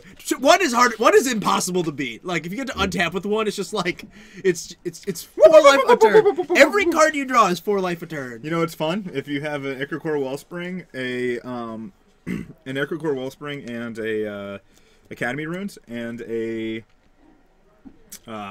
Trading Post. Mm-hmm. So there's 3 cards. Okay. You have you're drawing 4 cards a turn technically. 3 of which you don't know. So it's cast Ichor Wellspring, draw a card. Right. Sack it to Trading Post, draw a card off the trigger, draw a card off each of those things. Yep. So that's 3 cards. And then of course drawing the Ichor Wellspring in the first place. Wow. Yeah. Look at you go. Yeah. You know, this combo. You know, I like combo. That's the kind of combo I can get behind because it draws a lot of cards, and I really, really do enjoy drawing cards. The Ant Nels player likes drawing cards. Crazy, right? I don't believe. I like drawing cards, but I'm very impatient. Oh, Selenia Dark Angel. That's from Tempest, I believe. Tempest or Stronghold. Black-white rare angel. I'm guessing this is in reference to the life total thing. Well, this doesn't have too much to do with Congregate. You could gain a bunch of life with Congregate, which was in Ursa Saga originally, so you could play it in Standard. Yeah. Of course, if you're playing Selenia and Congregate in that Standard, then you probably messed up. Because you could have played with... what's that one card? Tolarian Academy. There's no man in Alabaster Potion. It's just Alabaster Potion. Yeah, Alabaster Potion's a sweet one. Not modern legal though. It's only legacy legal. I think that the most hateful I get is Cop Red. Oh, not exotic llama. Thank you for following. A little disappointed though. Non-exotic I llama. was hoping for a show. Do we have an exotic llama in the crowd? I hope there's an exotic llama in the crowd because they just seem like they're more fun. Apparently. Granted, you probably don't want to settle down with them. No. You know? No. Not exotic's the one that's going to be there for you a little later in life. Homely But as you're... That's the interpretation there. Let's see if homely llama No, has a no, card. do not search that. Dear good. Dear God. Oh. Have you ever cast Story Circle against Burn? Oh, yeah. Or my God. Or Circle Protections, I guess, good enough. Excuse you. I played a Soldiers in the Fog deck. Soldiers in the Which the entire deck was, it was like Runed Halo, Circle of Protection, tons of fog spells, Oh my goodness. Mobilize and Elspeth, and Knight Captain of Eos. Sounds great. This sounds ideal. I mean, to be fair, before they printed Path and Terminate, like that, I just did not lose with that deck. Because the removal that was there was not great, and you had Knight. Do you know what Knight Captain of Eos is? I don't remember. pull I it know up. the card, but I can't recall. Well, both players are mulliganing. Knight Captain. Nope, Joe's kept. Oh, I thought they... But there we go. So it comes in, put 2 counters, put Okay. 2 creatures into play, sacrifice a soldier. So basically all you did is you either got Elspeth in play or Immobilize in this guy, my and you just cranked out soldier tokens while fogging every turn, and eventually you just had a massive army So of soldier tokens, and so- you just swung and won. this does not surprise me at all, given the decks that I've seen you play. This is like exactly in the style. It's like, well, what do you want to do? I want to not die ever. And I want my opponent to never be able to do anything. But I want the game to last 30 turns. Like, that's... 2 scoops, man. 2 scoops was a viable strategy in Lorwyn, like the beginning part of Lorwyn Shards. Oh. All right, so Joe, looks like Joe's got, I think, a turn 1 Thalia here if he wants it. I think that's what's happening. Oh, yeah. Oh, that's good. I like this. This is really going to slow down Peter. Looks like That's so good. Peter's got, the old 1 mana Lotus Petal. I really can't stand doing that. It drives me crazy. Nope, that costs 1 mana. And Joe is correcting him. Yeah. That's awkward. Yep, I think Peter expected that to cost 0 mana. Yeah. In fact, it does not cost 0. Nope. Peter's not. Peter. It's funny because Peter, I think, had just turn 1 Entomb Reanimate. He did. Yeah. So now he has turn 3 Entomb Reanimate. No, he doesn't even have that. Oh, yeah. He's turn 4. It's got to be. No, he Oh, has. it could be turn 3 if he has- he's got land. he drew a Yeah, land. Yeah. Okay. So he's seen an attack for 2 know, from this Thalia Let's here. let's beat some faces. I wonder what this needle's gonna name. It's got to be Grizzlebrand, right? Yeah, I'd imagine it's Grizzlebrand. I'll go find out and look and check. Nope. He named Lotus Petal. Okay, so he named Lotus Petal, but I do not think Peter realizes that that doesn't work. Oh, it's not a Revoker. I'm so used No. to playing Revoker. And we cannot correct him because that is something that Peter has to know. Yes. So yeah, for those unaware, let's pull up Needle. So this is a bit of a misclick for both players, really. Doesn't seem like a misclick for Joe. Yeah. So here's the thing. With Needle, it says at the bottom, activated abilities and sources can't be activated unless they're mana abilities. So Lotus Petal, of course, is a mana ability. So you can legally name it. Yes. You can name anything that's a legal card, in the format. They don't let you name tokens. I've tried. Yep, it's not a card. But I've also tried to name Magenta. Magenta. People don't like that either. No, they don't. So while he can legally name it, Peter could still use this for mana. Yeah. Revoker is the big difference. Yes. Revoker it names a non-land card, but it does not specify that mana abilities get through it. So you can Phyrexian Revoker Petal, and Petal will not be able to be activated. Yes. Also, fun fact, Deathrite Shaman, not a mana ability. No, that is an activated ability. Correct. Pretty unfortunate for Joe that he drew this Deathrite sort of a turn late. Looks like Peter has the end of turn Entomb, and likely has an untap to go along with a reanimate during his next turn. And that's going to be very tough for Joe to beat, I believe. Peter drawing Forcible for turn. Forcible not great, given that he's only on 2 lands, and he's going to have to cast one of his spells for 2 mana. But no, it looks like his only reanimation spells are Exhume. So Joe's going to get to untap with this Deathrite, and now it's a lot of trouble. And Joe just going to immediately eat that Grizzlebrand. Joe's at 18 now. I think I actually would have preferred 3. I think I actually would have no, just No, 3. He swung in with Deathrite Shaman. No, he didn't. No. He tapped Deathrite Shaman. Yep. Shut your mouth. Thank you. Shut your mouth. Thank you. We go back and forth here. I actually think if you're Joe, you don't immediately eat the Grizzlebrand, because it opens you up to Peter having another Entomb followed by the spell Reanimate. Sure. I think you just wait until Peter's I agree. Yeah. Or you just wait until he casts it. Yeah, either in response, I think doing that end step's just like is going to be a free roll anyways, basically. Yeah, because you have to target the creature with Entomb, right? So in response, with Reanimate, but you don't have to target with something like Exhume. Oh, you don't have to target. But if you only have, so like the way they generally beat Deathrite Shaman is either with Pithing Needle or multiple creatures. Sure. So we see an attack for 3 here from Thalia and the Dryad Arbor. Hashtag get it. You got a couple Ancient Tombs for Joe. It doesn't seem like he has much action. He does not want to be grindstoning Peter. Just giving him more things to put in his yard. What's he? He's debating playing something. What is that? I have no idea. It looks like a Venus flytrap. He's taking 4. Is that Uba Mask? What? I don't know what that card is. I believe it is. Let's see. Yeah. Uba mask? Yeah. Uba? Yeah. Mask? Yeah. Click that. Uba Ask. Badass. Uba Mask. Wow. If a player would draw a card, that player removes that card from the game face up instead. Each player plays cards he or she removed from the game with Uber's Mask. Okay. So, wow. Wow. I've never seen this card in the Legacy. Maybe like once ever. So wait, so that... Oh man, so Careful Study just reads discard too. It means, yeah, so because they're getting only exiled. Yeah, so you exile both those cards, and then you can only play them that turn. That's what it means. No, each player may play cards he or she removed from the game. This turn. Oh, this turn. Yeah, so it means... Oh god, it means discard 2, hope you can use these. Yep. Wow. Uba Mask. That is sweet. And Peter, I wonder if Peter's going to Forcible it, but no, he lets it resolve. So there's a Careful Study. So that's exiled. Oh my goodness. Yeah, and like I've seen it in like Stax decks in Vintage. Yeah. Yeah, it doesn't remove your existing hand from the game. So you just still have your hand. So he's gonna... I don't know why you just don't play, Chalice if you're playing Uba Mask. I don't know either. But that's just me, Looks like he's gonna discard 2 Grizzlebrands here.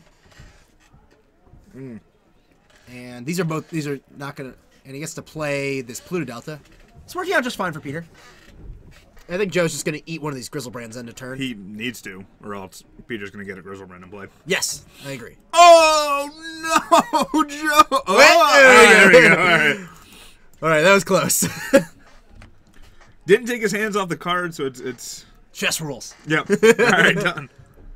All right, so Uba Mask. Nope, nope, nope, nope, nope. Nope, you have to reveal that card. Nope. You have to reveal that card. That's symmetric. Got it.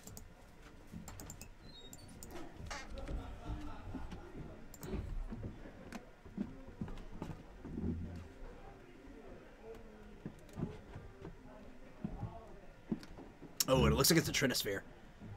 Man.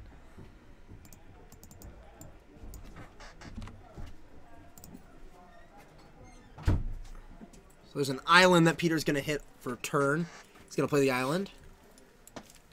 Peter still has a lot of work to do. No, he cannot play that Spell Pierce. Yeah, okay, there you go. Yeah, just this turn. All right. Exiling the land. Is Peter's life total correct? Yes, I believe so. Okay. Might be a little bit lower. I don't think I missed an attack, though. Okay. Fair enough. Just wondering. But Peter gonna nope. That's exiled. Uber Mask. What's exiled? That card that's face down right there. Come on, guys. No. Here we go.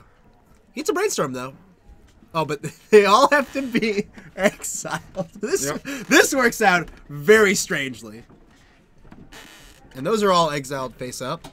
So And then he has to put 2 back. he can cast those this turn. But he still has to put 2 back. And he cannot put any of those cards back. He has to put back 2 cards from his hand. Yep. Wow. So he's putting both exhumes This back. card is very good against Brainstorm. Very good. So Trinisphere checks last, right? So this Brainstorm costs 3, not 4. Yeah. Okay. Yeah. So basically, you cast it. It's 1 mana casting cost. Then Trinisphere, or then Thalia. So now it's 2. And then Trinisphere looks at it and says, "Hey, wait, you didn't pay 3." Yep. Wow. So now you got to pay 3. Look at this Uber Mask doing work. Draws natural order. There it is. Oh, Crater Hoof's please, lethal. Crater Here. Hoof. Crater Hoof is lethal here. Crater Hoof. I would love to see a Crater Make Hoof. me happy. Make me happy, Joe. Come on, Joe, do it for Mark. Joe, I need this. Force of Will cannot be cast this turn. Well, he actually can with the Lotus Petal. No, yeah, but you just know about that. Yeah. Yeah, Uber Mask. I don't think Uber Mask actually wrecks Omniscience because I mean, if they enter the Infinite, they can just like cast the Emrakul. Yeah, sure. Looks like he's not going to cast it. Oh, why, Joe? Joe, you broke my heart. My achy breaky heart. Yeah. Looks like Joe just, unfortunately, with no black mana, has no real reason to activate this Death Right. Yeah. Or there's no reason, no way to kill it. Yeah, and then Peter's just gonna scoop it up. Yeah. Although Thorn doesn't really do anything in this spot, right? Thorn and Thalia are basically equivalent. No, they're to the Trinisphere, right? But no, because you have. Oh, because you have the Trinisphere, yes. Yeah. But if they something like Show and Tell. Yes. Or like It does. Yeah, that makes sense. That was sweet. This is kind of crazy prison deck that that Joe has built here. Yeah. Get to see a game 3. Yeah, he clearly does. He's got the lands mentality for dealing with combo. Yeah, definitely. I still think, honestly, I'd rather have Chalice. Chalice is very good. It looks like he has quite a few 1-drops in his deck, though. It's like the one. Oh, well, fuck it. Throw him in there. Side him out. Side him out. Yeah, it looks like I like that he's overloading on Thorns as opposed to something like Sphere of Resistance. Can't really play Sphere in his deck. And I don't pay attention to those things. Uber Mask. I wonder how Uber Mask works with miracles. That's a very you don't actually draw the card, so I'd imagine that you can't miracle. Yeah, that's what everyone says. Yes, because the way miracle is worded, it's if it was the first card drawn this turn, reveal it, and you never draw it. Wow. Comically also turns off Lab Maniac. Holy and shit! Golden. I might actually try that. Okay, just to soar up, like Mark's mad scientist is going crazy. The 8-man lands and the 2 to 4 Revokers main weren't enough for me just to hate Nick. I'm gonna play fucking Uber Mask now. No more miracles. No. And Spellcaster, thank you for following. We appreciate it. Mm-hmm. You know what? The South Florida guys, they have a pretty cool sloth. That has like a ET finger on it. Oh god. And then it goes, "Ugh!" when you follow. I should set something up like that. That is terrifying. I hope it's much less terrifying than that. No, it's knowing you, it's definitely going to be just as horrifying. It's more relaxing, I think. Yeah. I'm so glad we have Cook in the chat all the time to explain how judge things work. Yep. Because we're stupid. Yes. We mess up all the time. Yeah. Yeah. Oh, it's But if it's 2 replacement effects, Cook doesn't. You get to pick? Doesn't the active player get to pick? So he picks dredge to happen. Yeah, I would imagine so. Well, yeah. Well, you're not drawing the card that you're dredging. You're putting it in your hand, right? Oh, the slot thing goes. Oh yeah. Yeah. The player drawing the card is the effective player, so they get to decide which order the replacement effects are applied. Yeah, that's what you said. Yeah. Yeah. All right. So it's not all that great against dredge. You wanna know? Oh, What? sure. All right. Interesting. A lot of crazy questions with the Uber Mask. It's a card you don't really see all that often. Yeah, I think I've only ever seen it in vintage stacks. So it looks like Joe has a hand with believe that's a... Yes, Noble Hierarch. He's a turn 2 Trinisphere, but it looks like the rest of his hand is just land. Oh, there seems to be a couple Death Rights as well. This seems like a very good hand. Sorry. Peter gonna mulligan here. Peter had an extremely fast draw last time, but he just was very much crippled by that Thalia. Yeah, turn my Thalia, that ain't no thing. Simian Spirit Guide into Thalia is real nice. I like it. Man, I was doing that in Modern for a little bit. Were you? Yeah. Oh my goodness. Land, Guide, Blood Moon. Go. I once, in a PTQ, I was playing a Geist of Saint Draft deck, aggressive deck, and I played against a deck just like that. He just went like, I'm like on the play. I go like land, go, and he's just like land, Spirit Guide, Chalice on 1, and I'm like looking at my hand, and I have bolt, path. Did you bolt in response? Yep, I bolted him. It wasn't enough. It was not enough. And then I go like Geist of Saint Draft, and he's like, Ensnaring Bridge. I have no cards in hand, and I'm like, let's go to game 2. I did not get there that game. I did win the match because Wear Tear is a really, really good sideboard card. Yes, it is. Peter's hand looks pretty sweet. I don't think he has no fatty. He does have a Force of Will. Yeah, he has a Force. He has a Careful Study, which I believe he's going to lead with here. Yeah. There's a Force. There's a Swamp. Yep, it's just like, it looks like he has no fatties here, so it's a little awkward. I think he's going to end up discarding one of these excess Forces and one of these lands. Probably, yeah, I think one of the Forces has to go here. Yeah. Brainstorm, I think, is just going to be a lot better than... Brainstorm and Exhume seem too important. Yeah, I agree 100%.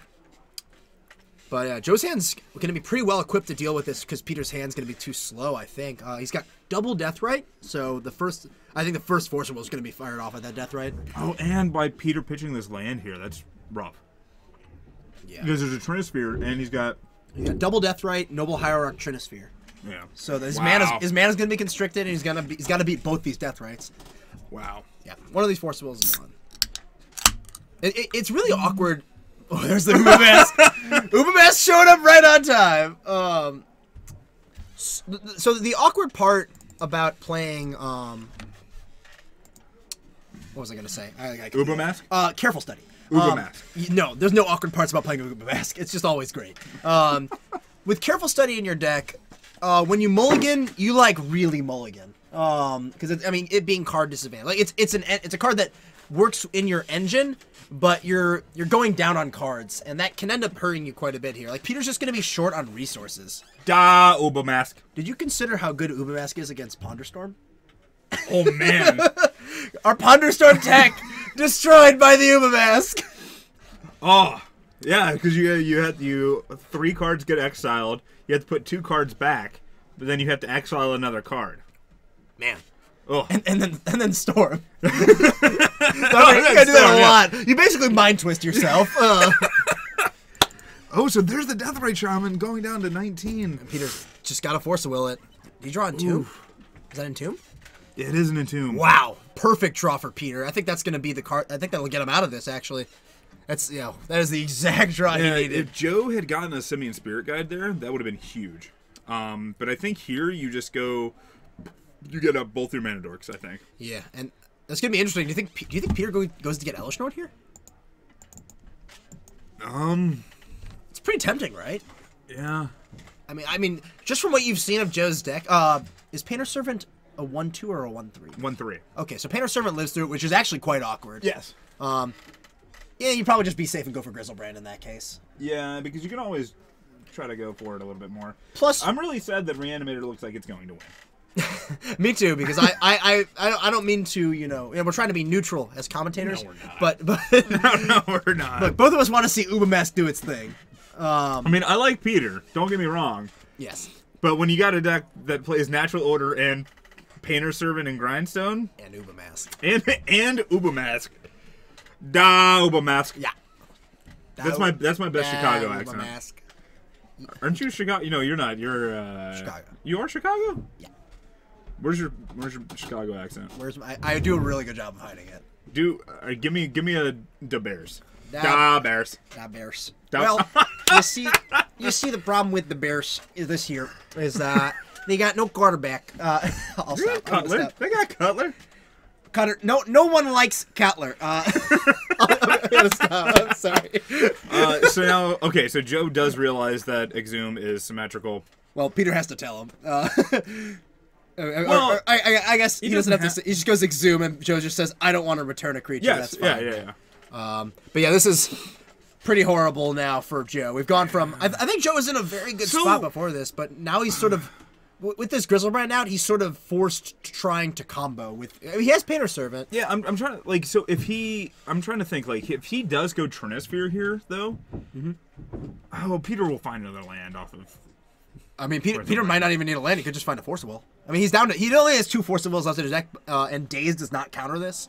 Yeah. Although I don't know if he even has Daze in his deck at this point. He could just jam an Uba Mask.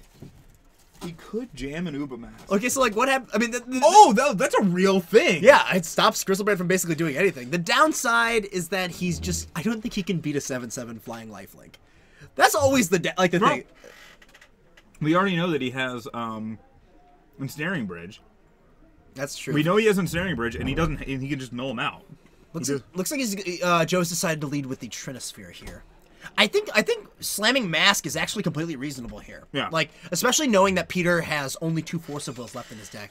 I mean, Trinisphere is also going to be good. Like, don't get me wrong. Trinisphere, I think, will do quite a bit of work. I wonder if there is black mana in Joe's deck. I mean, he's playing, like, a Naya deck.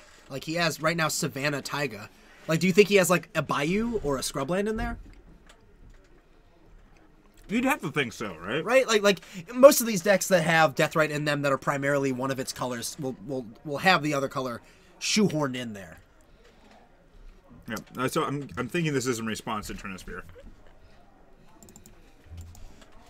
I believe so. I don't think you want to do it end of turn. I think responding makes the most sense, at least. Let's see if Peter finds that Force of Will. He does not. There's no Force of Will there. It looks like there's a Needle, a Reanimate. Yeah, I don't see any counter spells here. I mean, Joe does have the 2 Deathrights. There's no creatures in the yard yet. But Joe can, like, stall a little bit if creatures do start ending up in the yard. I think Peter's right now deciding if he wants to go to 5, but he's not going to. Oop. Joe gonna fetch. Well, he's dead to Bolt. If he With goes the to 5, Yeah. I think he did just thumb past a Bayou there, but Okay. what? I just saw what? What?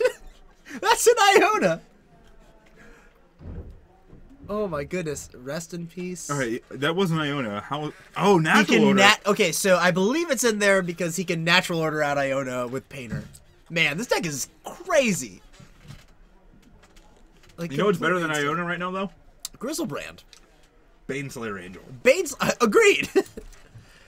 How nuts would that be if we just saw Baneslayer hit the ground field? Protection from demons. Got it. I actually had that come up, and it like stunned me. I think in an online cube draft in the Legacy Cube. I attacked with like a Desecration Demon into a Baneslayer, and my opponent's just like block, gain 5, and I'm like, yeah. I was like, no, doesn't his Baneslayer? Oh no! It's like I just completely forgot. Brat Kids. Thank you for following. Brat Kids. Sorry, I will not say that accent anymore. But thank you for Brat Kids. I can't do the Chicago accent. I can put my Southern accent on. I try to never use. I try to just speak. Make sure I'm as people can understand what I'm saying as much as possible. Joe just gonna. I believe he's going to go exile a land, making black mana. Oh, he's just making 2 mana. Oh no, 3 mana, and just casting his Painter Servant. And this is gonna resolve. Peter has no spell he can cast with this Trinisphere. And I believe he's named Green. I would be stunned if he named anything else. I wonder if Peter can do much against this. There's no way he's going to be able to cast more than 1 spell. Yeah. I mean, Peter is going to have, he does Grizzlebrand. and he's got the needle in hand. Needle naming Deathrite is going to be quite good. Grindstone. Yeah, I think that's probably the best preemptive measure, right? Just naming Grindstone. And do we think Joe has like swords? I do not. I did not see. I think I saw maybe 1 Swords to Plowshares left. But yep, there's a needle. And and we believe this is naming Grindstone. Problem is here, Joe has to. I mean, JoJo's natural order. Does he just like what does he just go get Iona? What does Iona do? Iona's a 7/7, right? Trades with Grizzlebrand. Yes. That's good enough, isn't it? Oh wow! So he's drawn Ancient Tomb. I wonder how much he can Zenith for here. 1, 2, 3, 4, 5, 6, 7, 8. He can Zenith for 7. The Uber Mask. It's in there. Yeah, but I mean, it's late now. It is very late. I think at this point you maybe just start attacking. Yeah. Yeah, not having blast effects is a real problem, Coachy Click. Like the blast effects, I think, are one of the main draws to playing, mono red painter. Yeah. Or the strawberry shortcake version. People like, the red white. It's not like he doesn't have red mana though. No, it's just that he's not playing blast effects. Do you want to play that 3-mana Lotus Petal, Peter? No, he does not. Tosses it aside. Got it. I mean, Ubermask is going to do quite a bit of work on shutting down this Grizzlebrand. I mean, He's got 2 turns. Yeah, from the dimension of it drawing cards. Unfortunately, I don't think he's going to be able to just beat the 7/7, unless he has like a. I don't think he has a Stinger Fling Spider. I want to go see if he named green really quick so we can speculate on whether he can green sound for. I'm certain he named green. There's no other color with name. All right. So hitting natural order. He hit natural order. Oh, wow. Let's see what we can get here.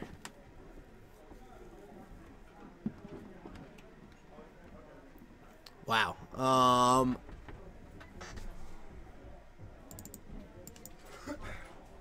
Is it green? Yeah. He drew natural order.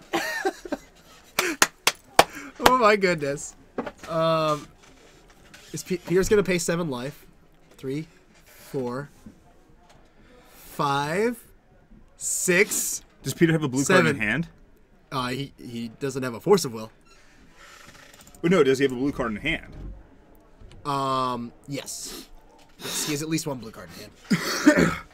But he can cast a 3-mana Spell Pierce, which will not do anything. And can you? Although one of these creatures needs to be in the graveyard right now. The sacrifice is an additional cost. Is it? Yes. Right, I'll go make sure that creature ends up in the yard. Yeah. I mean, yeah. Bill, you make me do so much work. Yep. Yes. Every card everywhere is green. Everyone's got green cards.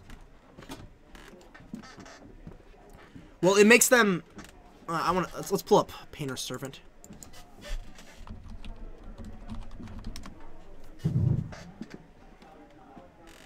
In addition to so I mean he has blue cards in his hand. They're green, but they are also blue. All right, so Joe's sacrificing the Deathrite Shaman in addition to this natural order. I think Peter right now is just like trying to consider what could happen here, because literally anything could happen. We have no idea. And I think Peter's also deciding if he wants to just go down to 11 and pay another 7 life here. He has 2 more Force of Wills to hit. I think if you're Peter, you're sort of priced into it, given that you don't know what's going to happen. Like that's a big deal here. But I think hitting Force of Will has enough upside that I would be interested in doing it. I would go down to 11 here if I were Peter. Do you agree? Yeah, you have to, right? You're not dead. You're not dead and Joe's dead. That's the thing. Yeah, Joe is dead, dead as hell on the backswing. Yeah, Joe has 1 card in hand. Like, yep, you have to. He's gonna do it. He's going down to 11, yeah. Yep. And I go down to 4. Like, there's a Force of Will. Yeah. Yeah. So how does Force of Will read? And can you cast it for its alternate casting cost?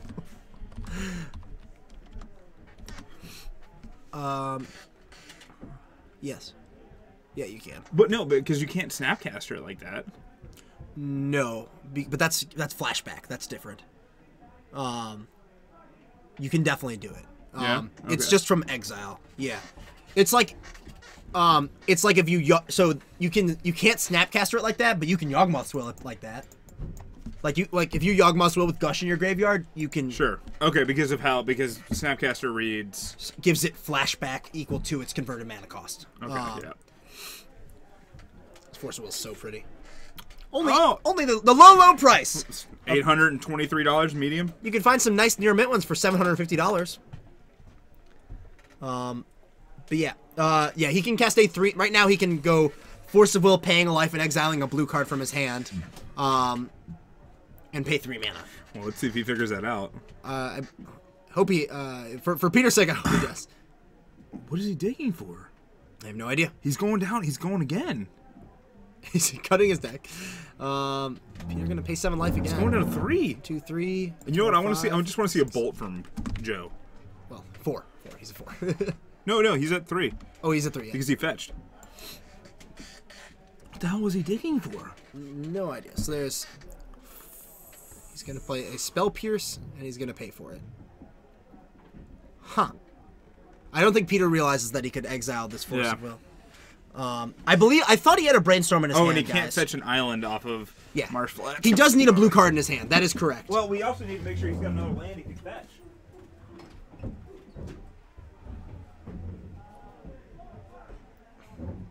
And we got Iona.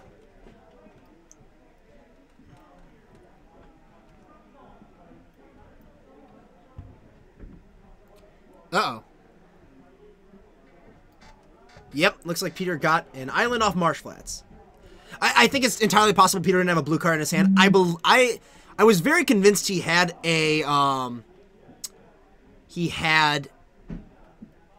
Brainstorm, but I could be wrong here.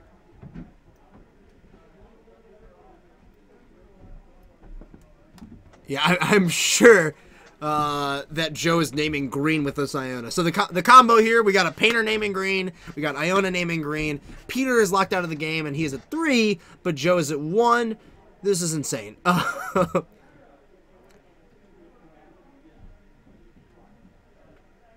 They're trying to figure out how to resolve this.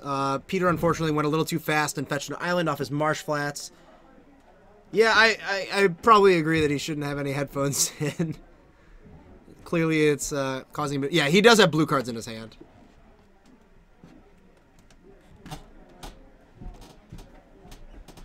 Yeah.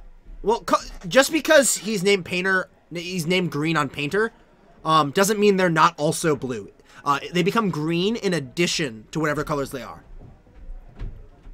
Yeah, I agree with what Cook said. You just leave that there.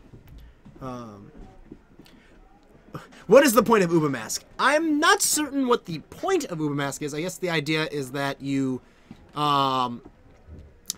make it so that your opponent can't hold cards in their hand. It turns Brainstorm basically completely off.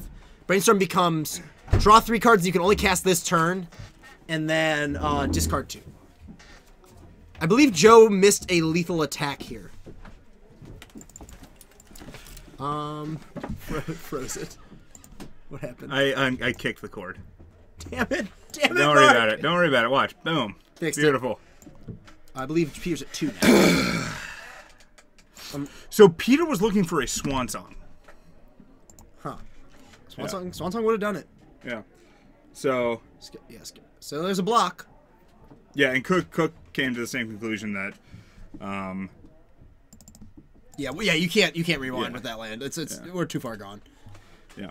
So. I don't know if he got the Exalted trigger. Peter should be at 1. Peter should be at 8. Yeah. I'm going to give Joe the benefit of the doubt and say there have been a lot of missed triggers this game, but I'm going to give Joe the benefit of the doubt and assume he got his Exalted trigger. Yeah. The Exalted would let Iona live if she got to attack. But all right, guys. So this is where we're going to end up being. So we're going to see either, as long as Joe continues to pull this out, we'll see.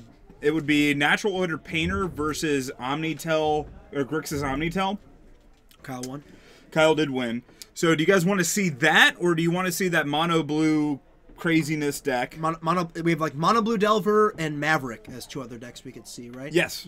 Mono Blue did play against Maverick this round. Are they going to play? Maybe they'll play again next round. He'd play Pinot more than likely. So he might play. He's going to play in Pinot next round. Probably. Maybe. Yeah. So do you guys? So our top match is going to be Natural Order Painter versus Grixis Omnitel. Do you guys want to see that, or do you guys want to see something else? Let us know.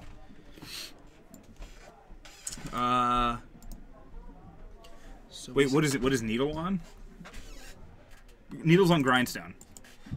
What is Joe's needle on? Joe just played needle. Yeah. I'm not sure what this needle is. More Painter. Everyone's all about Painter right now. There's no lands deck here tonight. All right. Well, we can do more Painter. So we got a little bit of Omnitel gets shreked by WUBRGxyz. I'd like to see that. Yeah, he's just like, Showtime resolves. WUBRGxyz. Bring in the pain. All right, so Peter going to end a turn in Tomb here. Unfortunately, this is just not going to work out in the face of this Deathrite Shaman. I don't believe this. I don't believe this needle. This needle's aiming Grindstone, so unfortunately, this Deathrite will be able to eat this. I believe Joe's also at. Yeah, Joe should be at, I think, 3. Yeah, getting some life. Playing the Marsh Flats for a turn. And Peter can't cast Reanimate because he will die.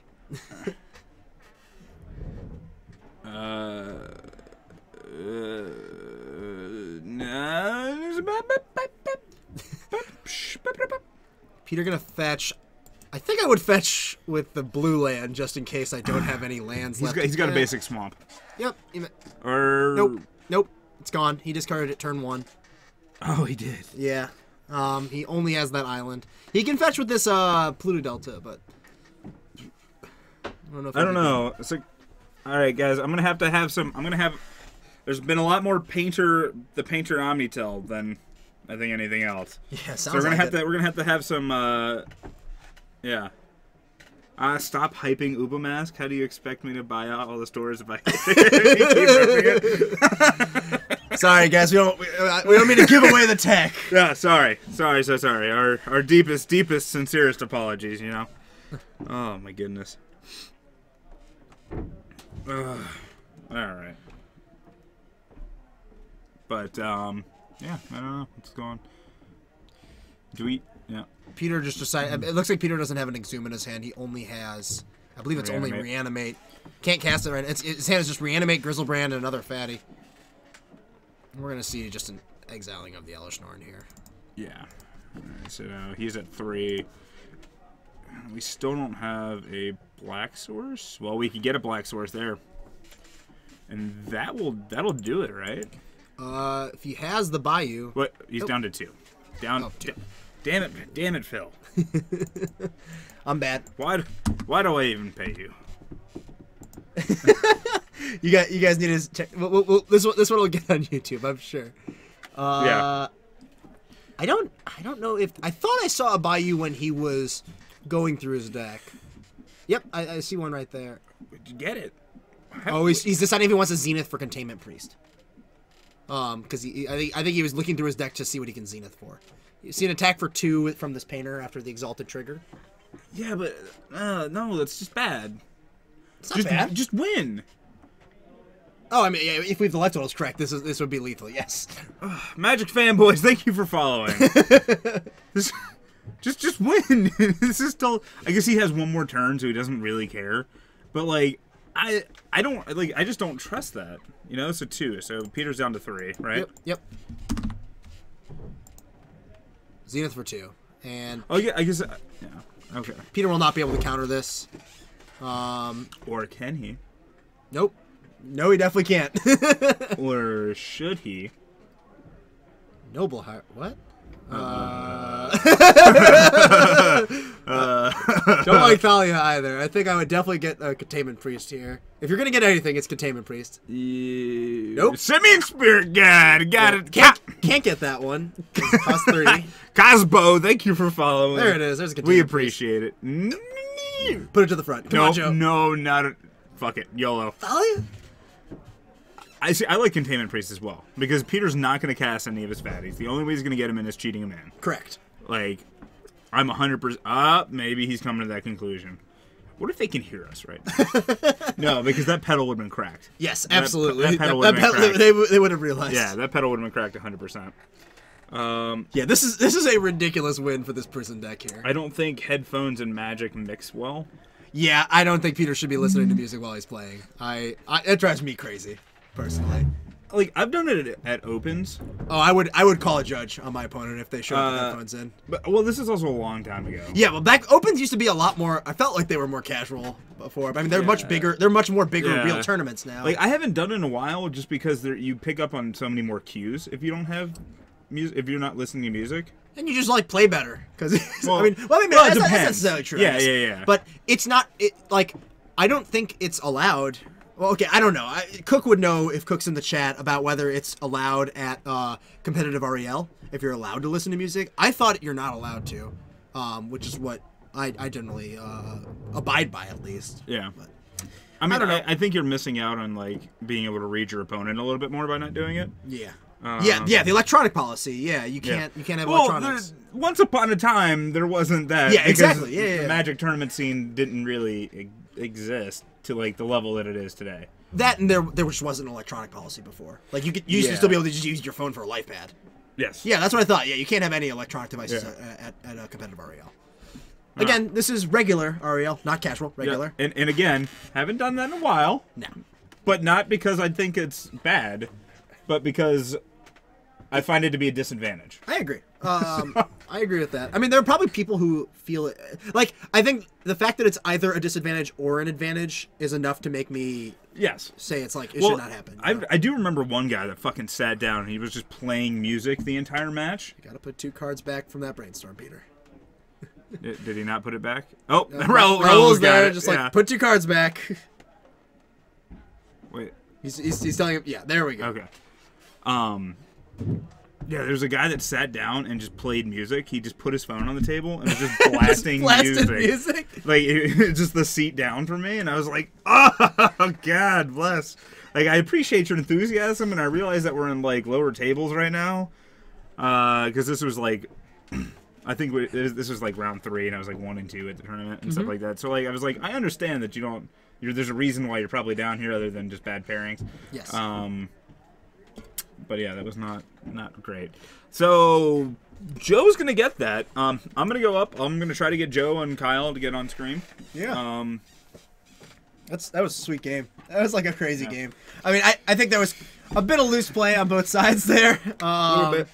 But all in all, very enjoyable. Yeah. That painter deck's just crazy. Oh, I love that painter deck. Yeah. Oof. Yeah. I see. Electronic devices are allowed as long as they cannot connect to the internet or have any type of screenshotting. That makes sense. I mean, I think the electronic policy is great. It just doesn't make sense how it was before. But yeah, I think my big thing about headphones is that like, if someone plays better with music, like, I don't know, it shouldn't happen. Like, you should be on equal footing or so. But whatever, it happens. This is casual REL. Anyways, we're gonna see some omniscience and some painters. We'll see how this goes. I feel like this is gonna favor the omniscience deck. The omniscience deck is just very unforgiving and very fast, much in the same way of Reanimator. But I think it's harder. It's gonna be harder for Joe to interact with what's going on there. Yeah, I think Peter was a little nervous. Peter tends to get a little nervous playing on camera, and that's fine. It's completely natural. I think, I know he hasn't played this deck in months, and I think Reanimator is a difficult deck to play. Like, you have to sequence. Like, there are a lot of different hate cards your opponent could bring in, and you just need to be careful about it. You need to sort of get around them in weird ways. And Joe's deck was very strange. Like, that's not a deck I've ever played against, so you have to come up with a lot of new strategies, and I think that was going to be tough for Peter to do on the spot. In any case, yeah, I think the scary part about omniscience for the painter deck is like you don't like the card like Death Art Shaman like doesn't do anything against omniscience. Like some of these sphere effects, they kind of stop what omniscience is doing. I mean, I'm excited to see how his hate permanent pieces match up against what Kyle's deck is doing. I'm going to just reset some overlay stuff here.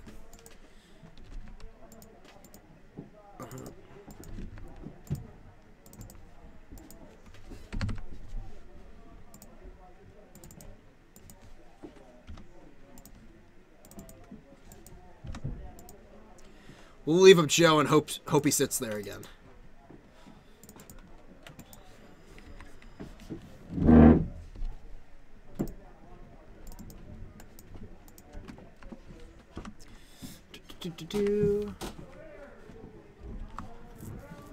Omniscience dies stone cold when it doesn't draw cards into the hand. I would like someone to explain to me how Ubumask actually stops the Omniscience deck from winning. So from what I understand, the way it works is that Kyle's going to put in Omniscience. Well, okay, so here's the thing. Kyle doesn't need to win through drawing cards, is the big thing. So the way his Omniscience deck can work is that you just go, you put Omniscience into play, you cast Burning Wish, go and get Petals of Insight, or something like that. This is like one way he can win. He can win by just going Petals of Insight, cast Petals of Insight, a bunch of cards. Ah, I see. It says cut from your hand.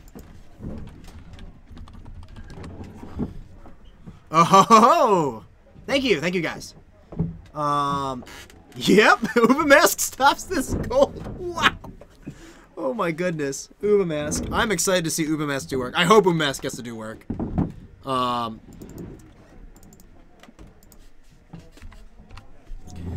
yes. Yeah, so it looks like this, I think it's going to do quite a bit of work.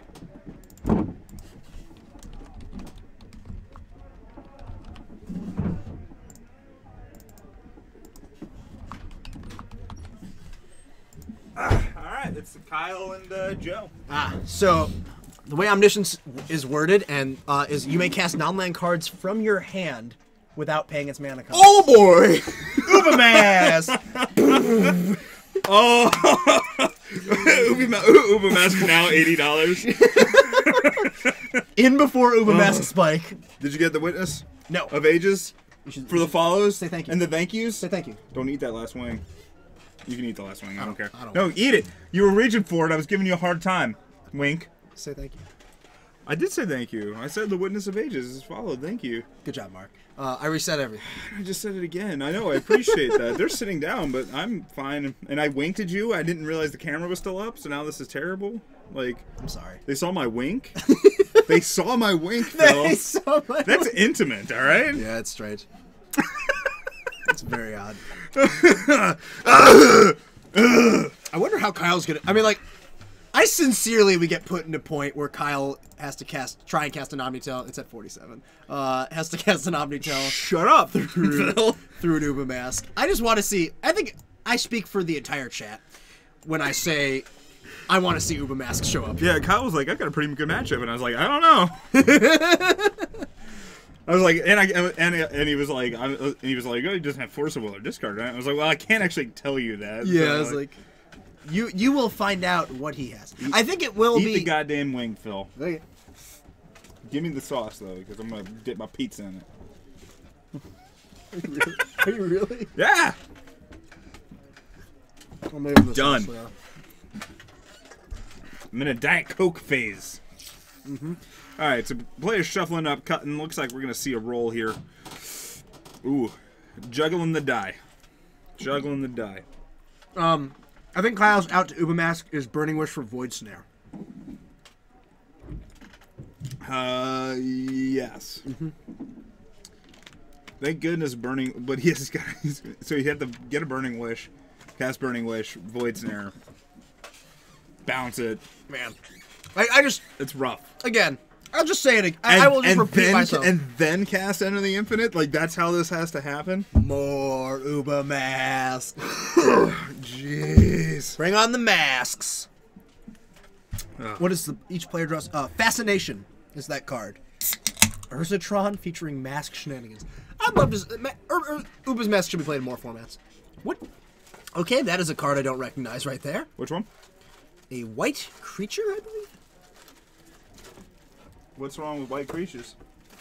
What are you trying to say, Phil? Nothing's wrong with them. I just don't know what that is.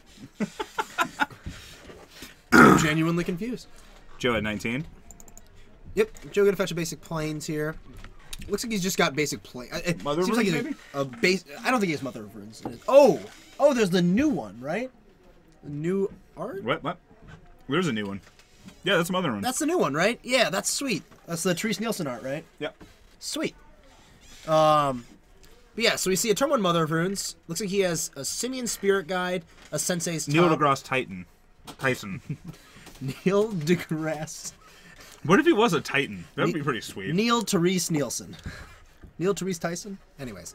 No, you don't know who that's a scientist? I know who he is. I don't think you know who he is. I do. He's a physicist. Which is a scientist. Astrophysicist. Anyways, back to Magic. Joe gonna play a Get Wind outta Swept here. for a turn and play a Sensei's Divining Top. And pass the turn back to Kyle. Let's see if Kyle has the turn 2 kill here. Yep, he is jamming. I don't think Joe's gonna have much to interact with this. He could. Oh my God! Please have the Uba Mask in your main deck. Kyle does have Force of Will, unfortunately. Yeah. So Joe fetching a Plateau here, and he's going to attempt to resolve Enlightened Tutor. I think Kyle's just going to immediately Force of Will it. Yeah. He has to. Kyle having the old turn 2 with Force of Will backup. I mean, he might be going for Ensnaring Bridge. Hey guys, get out of here. Get out of here with that physics is a type of science. But yeah, let's go. Let it resolve. Come on, Kyle. Kyle, what's the worst that can happen? Kyle Force of Willing. Yeah. Test user 5, it is racist. Phil is a crazy racist. You ever been to his house? There's lots of crosses. They're on fire. All right, let's see. Joe gonna exile. That's not true. I need to refute that. All right, so Joe gonna exile his Simian Spirit Guide to spin the top real quick. I wonder if Uba Mask is in the top 3. A man can dream.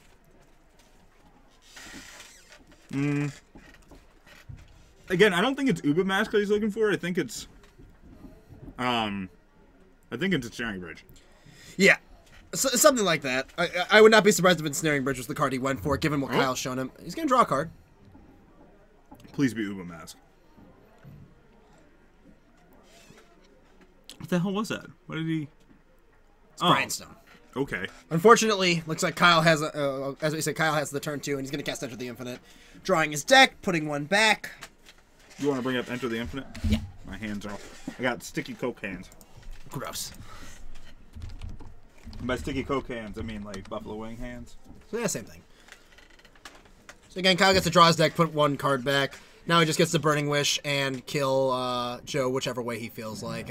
I'd imagine he's just going to go get Petals of Insight here. Cast Petals a million times. And then... Why would you do that? To build Storm. And then I'm almost there, and then Burning Wish for Grape Shot.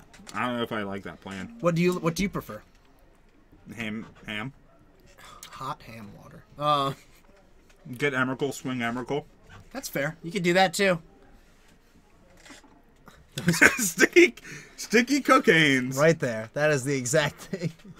Those crosses are menorah candles. How many menorah candles do you have? Honestly, a lot, and it's kind of too many. One might think. I surprising fact, have no menorah candles. However, that is a surprising fact. Mark McManus. Wait, is Silberman like a Jewish name? Yes. I don't know this. I know. I'm just telling you. I'm not saying that in a condescending way. I'm just telling you. My name has man in it. My last name. It does. It's nestled in there.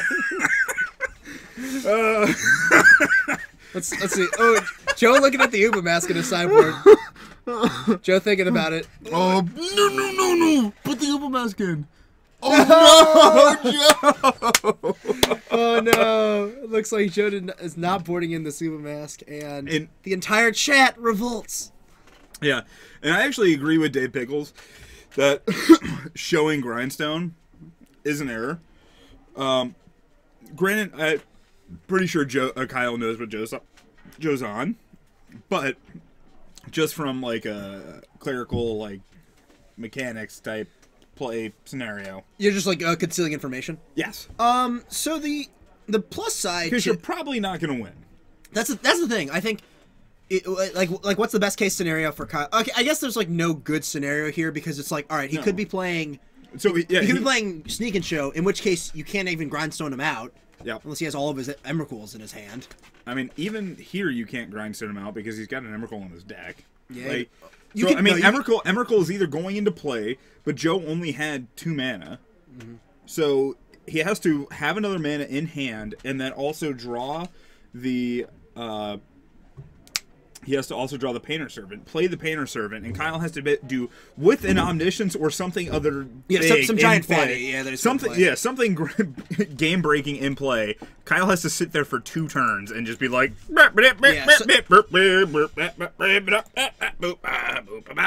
I gotta say, it's not likely that he does that exact thing. Seems unlikely. I disagree. You do? Yeah, That's good. I've seen Kyle do a jig. Yeah. So no Uber Mask deserves to lose. I don't agree with that. I wish there was a mask in there because Yeah. it's sweet. So you don't understand how Petals wins the game? Yeah, let's bring up Petals. Petals of In. So Kyle goes cast Petals of Insight. He looks at the top 3 cards, which is just 1 card. He chooses to put them back at the bottom of his library and then return Petals to his hand. So he gets to cast this card as many times as he wants for free. Yeah. Once he does, so he effectively generates Infinite Storm this way, and then he Burning Wishes for Grape Shot. Yep. And Phyrexian Insights, we appreciate you clicking a button on our channel thing. And also, we appreciate your Phyrexian Insights. I do. I'm a big fan. Yeah. You know, the Phyrexian invading Mirrodin gave me my deck So Joe to a gonna large degree. lead with an Ancient Tomb on Thorn Amethyst, and Kyle's gonna Force of Will. Kyle's gonna have a Thoughtseize this turn, and that's gonna be a pretty important Thoughtseize. He's gonna nab that Thalia out of Joe's hand. I'd imagine that's what he's taking here. Yeah. A little awkward that Yeah. Joe still has Swords to Plowshares in his deck. There are, I believe, no targets in Kyle's deck for Swords to Plowshares. No. Yeah. I mean, the Omniscience should have been the giveaway. Yeah. That you need to take the swords out. Yep. And put in Uber Mask! I agree. Breaky Niner, thank you for following. And Lance has a big old hardwood. Thank you for following. Joe gonna play Wood of Fiddles for turn. He's thinking about fetching right now. I think Painter Yellow Servant would be a swag. pretty excellent draw. Hashtag yellow swag. Yeah.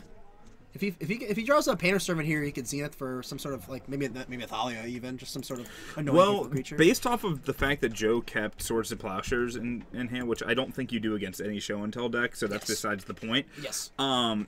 He might just be going. He might just Green Sun for a card that he can't actually get. So never mind. He could get a Gaddock. Yes, that would be sweet. Gaddock would be all right. It's No, because that stops Petals' Insight. yeah, it stops Petals, it stops Enter the Infinite, it stops Yep. Dig Through Time. It's probably the best card he can get. I didn't see it in his deck. I don't know if it's available, but I think that's the best option for him here. Flexi, thank you for following. Mask is love, mask is life. And for Calgar, I agree completely. Agreed, 100%. No, would Mask. never deny that. Hashtag Uber Mask. Buy all the foils, everybody. They're spiking. And yep. It's actually a pretty sweet card. So it looks like I might buy one. Joe is gonna Zenith for 2 here. Schmitty doing work. 1, 2, 3. Tackle my knee. If you plea. You see. All right, stop while you're ahead. Thank you for following. And Jeff Boo Hooglin, thank you for following. I wish that actually was Jeff Hooglin, but I don't believe it is. Because why would you put Boo in your name? It'd be sad. Well, I don't know. Like, I mean, know. it could be fun.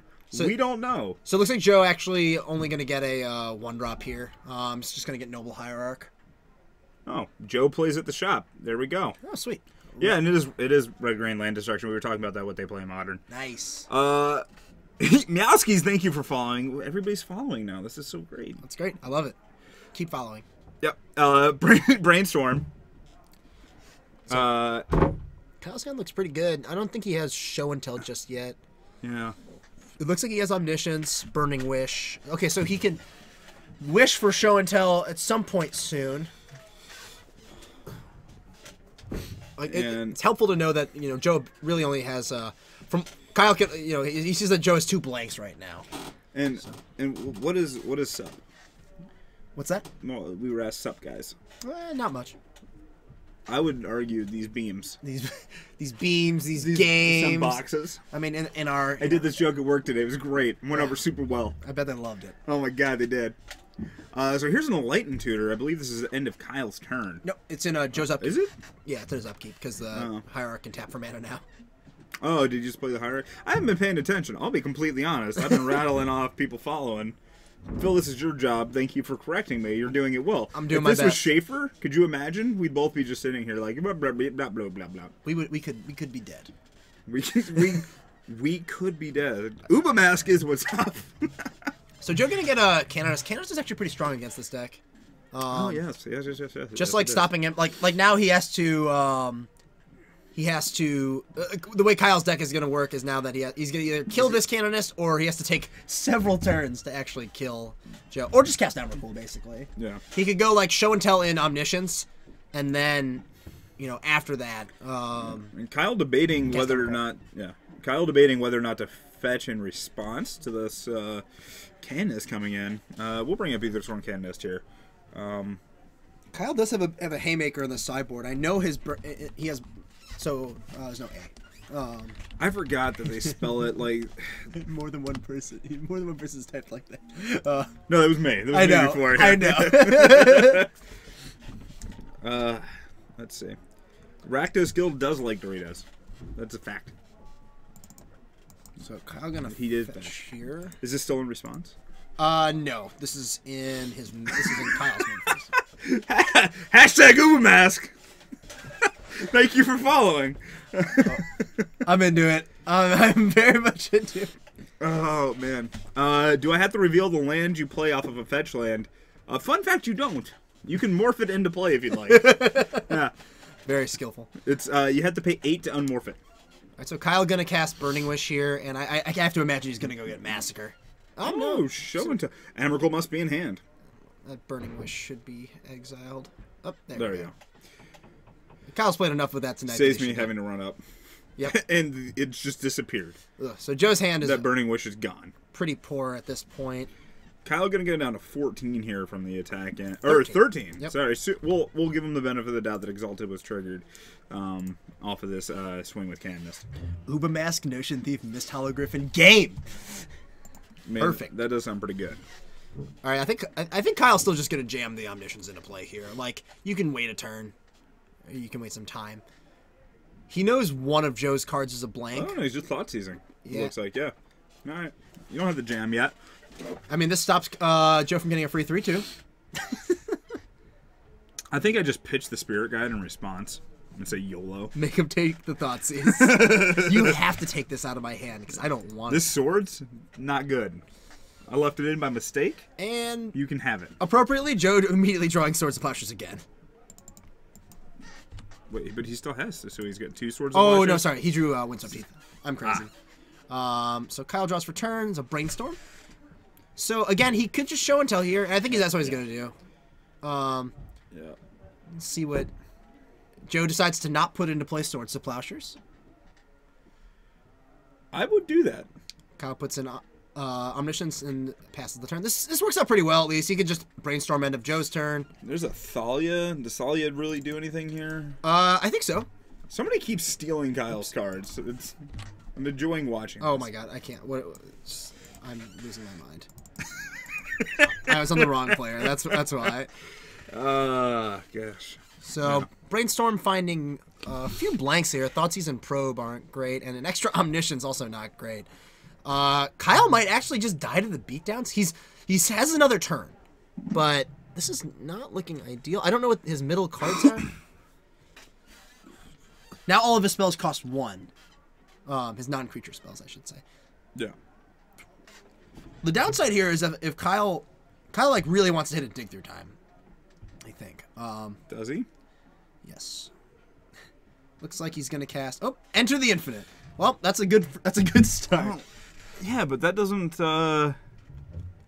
This. What does that do? I don't think this helps him. Right? I think he might still just die. He has to cast. If he doesn't cast another Enter the Well, Infinite. he'll go to 1. he'll go to 1, but he'll have no cards in his library, and he can only cast 1 spell. So he can't, like, Burning Wish for Massacre. I think Kyle going for that Show and Tell might have cost him. Yeah, I don't... Yep, so Joe gonna fetch it. Oh no, this is lethal. Because of the Dryad Arbor. Oh, wow. All right, so, well, Joe is at 14 now, though. That's an important note, all right? Or 15, less than 16? I think Kyle's just dead here. Yeah, cast, well, even if you cast Burning Wish, doesn't matter. Maybe, Here's a swing for 5. do we have Kyle life totals wrong? Oh, no, Kyle doesn't have a 5 I down see there. a 5 there, and that... And I think Kyle miscounted. And Kyle's checking his deck, and he knows what's in his deck. That's a city treasures on the bottom. I don't...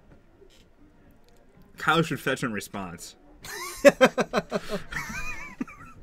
not gonna lie, that seems... No, fetch, and then cast a Brainstorm. Looks like he's conceding. I wanted to see the fetch cast a Brainstorm. That'd be sweet. Actually, I guess you could just cast a Brainstorm because you have to draw 3. He just dies then, yeah. Well, that's what I'm saying. Yeah, no, I know. I like you go out on your terms, all right? I respect it. Oh, man. Wow, Joe just winning that game from the beatdown. Yeah, Burning Wish is a sorcery. But don't listen to me. Like, Phil's the intelligent one here. I'm here to make weird noises and do the grunt work of setting the stream up and... Grunt work. Well, I get Because you it. grunt all the time. It's No? a bad joke. It's a bad joke? It's a bad joke. Come on! I'm hoping... Come on, Joe, look at that Uba Mask. Put the Uba Mask in your deck, Joe. I'm William... Yes! Yes! Did he bring it in? Oh, yes! Oh, boy. Oh, my day is made. He did. He's doing it. All right, so what do we have to do to see a... Mask incoming. What do we have to do to see a turn 1 Uba Mask? There's 3 Two spirit simians. guides! No, 2 spirit guides in a soul land. Oh, my goodness. Say, Kyle, do you have a force? I would... God, I just want everything to revolve around Uba Mask at this point. I'm sincerely hoping that it shows up. So, and, yeah, Joe's got the Blood Moons, which we were talking about this before the round started. Or I guess before tonight started, that Grixis vulnerability was the lands. Yeah, this is sort of why I've been much more on the... I really prefer mono blue Omniscience, or even maybe mono blue with a light splash for Thoughtseize. Like, I think adding a bunch of colors to your deck just makes you a little less consistent and a little more vulnerable to random hate cards, as well as just Wasteland. Is that Yumi Burrito? Nah, it's, Yum? it's, Yumi Burrito. Thank you for following. I like that one. Much appreciated. Legacy Elves still a thing? I don't know, Phil. Is Legacy Elves still a thing? Can confirm. It's garbage. It's amazing. Garbage. I think Elves is actually... It's a little rough for Elves still these days. I mean, you still have some very good matchups, but... There are some problematic matchups. I think Miracles is still a really hard matchup. Fast Combo is a hard matchup a lot of the time. Like, it's really hard to beat Storm, ever. But the deck's still great. It's just like a... It's a great mid-range deck with a combo finish, is how I would describe it. That's how I like playing it. I like playing it as just like a green deck that draws a bunch of cards. You know what's a better mid-range deck with a combo finish? What? Mud. You know what's a great combo deck? What? Mud. Oh, yeah. You want to know what's a great aggro deck? What? Goblins. So Kyle looking at his hand, looks like he's going to keep. Joe's hand definitely has an Iona in it. Damn it, Phil. Beating you to it. Don't. Yeah, you're beating me to it. There we go. Hey. So Joe fetching a basic forest. I guess this is going to be... Mana ramp? Yeah, definitely Shaman. Possible mana ramp. Certain mana ramp. There's a land in the yard. Not when Kyle uses Relic of Progenitus. Do you think Kyle's just going to... Use Relic of Progenitus and pop it immediately? Yes. No. Do you think Kyle's going to just Burning Wish for show and tell this turn? I mean, what does Kyle have in hand? Kyle's got an Omniscience, and I'm not quite sure what else he's got that he wants to be doing. Gabby Sparts, look up... let's pull up Uba Mask on the chat, on our window real quick. Uba Mask did quite a bit of work against the against the Reanimator deck we saw last round, but it is the tech, the actual tech against Omniscience. Yeah. This is pretty great. They just can't cast any spells. So Kyle fetching both of his polluted deltas, getting an island and then a volcanic island. And I do believe we're going to see the play that you spoke of. Yep. Oh, he also has a dig through time in hand. Yeah, Kyle's hand is stacked at this point. I mean, he has, he's able to get his show and tell. He's got dig through time in case something goes awry here. And Joe doesn't really have a great way to interact. He just has these blood moons. His show and tell is going to hurt though. He could put in Iona and just name blue. And that's the game. That's not the game. That's not the game. We can name. If Kyle draws. What if he Burning names red? Wish. If he names red, that's the game. Yeah. No, you need to name blue. You need to name. I think you need to name blue Because of for Enter the Infinite. because of Void Snare. Like he needs to burn. Yeah, but if he names red, but he can. Oh man, can he even kill him? Either way, I think that's actually tough. Well, I don't think either. I think you name blue because there are just more blue spells. This is really close. I think blue is the correct name though. Yeah. No, I'd agree. There's a world where you can name red though. What do you think Kyle's thinking right now? Like what is going on? Oh, And a pass of the turn. I'll go find out what it had to have been blue. Yeah. Because Kyle's got 2 dig through times in hand. There's no way he's not casting. This is unreal. Can you imagine? Wow. Like you're playing against a green-white deck, and he's just like, Iona. And there's a blood moon. Blood Moon, honestly, just not going to be very effective this game. Kyle gonna go down to 11. No, that's what we're saying. Once Kyle got his island, then the blood moon wasn't really doing much. Yeah, Kyle, sort of incidentally playing around it more than anything else. And it looks like he just has 3 blue cards in his hand that he can't cast. Yeah. Nice Omniscience. And there's a Thorn of Amethyst. Again, these cards just aren't really doing much in the face of this Omniscience. I just want to see Uba Mask. What if Uba Mask is what came in off the show and tell? I would just that would have been so much better. Thrilled. Ugh. This is what Kyle gets. He jinxed himself. Kyle said, I have a good matchup. This proves otherwise. There's a pass. And that would be the game. Nope. Watch.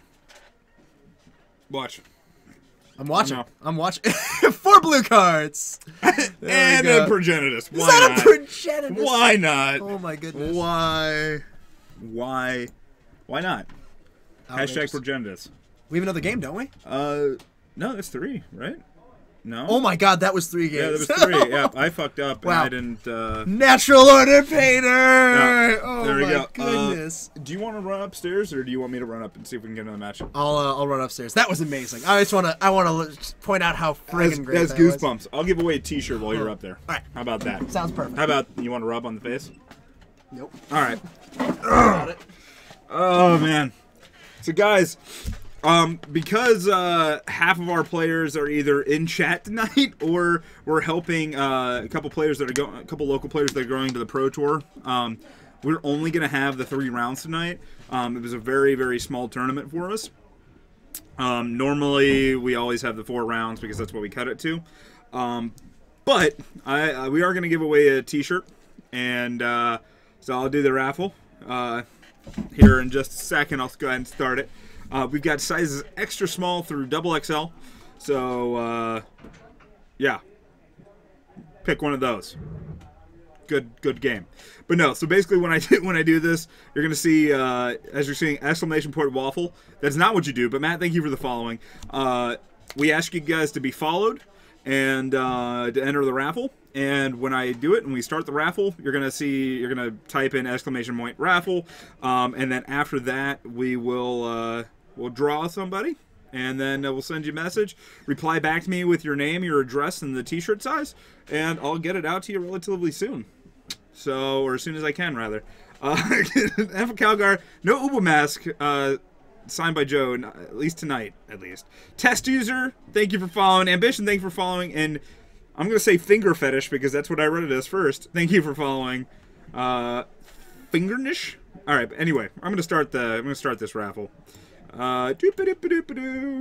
Close. Reset. Reset raffle. Open raffle. It's open. What? How am I not logged? Oh my goodness. Oh my goodness. Oh my goodness. Oh my damn. Oh my god. Alright, this should be open. Guys, sorry, chat's completely resetting. But Dave Pickles, thank you for following. Is the raffle open? Did you guys get a notification saying the raffle's open? I think that his raffle's open. Yeah, there we go. And Red Pactus Ninja, thank you for following. Neferax, thank you for following. Adachi, thank you for following. And Bad Peeing, you gotta get that checked out. Okay, so yeah, so that's just going on. I'm gonna. How are we gonna solve this? I'm gonna see Hatcherox, thank you for following. I'm gonna say Ubamask until I get tired of saying it, and that's when we're gonna end. No, actually, no, that'll go on way too long. I don't even know. I'll tell you guys a story about Ubamask and the mask that is on the picture, and that's about it. What's the raffle? The raffle's for a T-shirt. It's for a T-shirt. Okay, we're gonna be done. I'm gonna do the countdown. Mark, somebody kick the. Yeah, well, if we get another match, then I will definitely do that. So, 10, 9, 8, 7, 6, 5, 4, 3, 2, 1.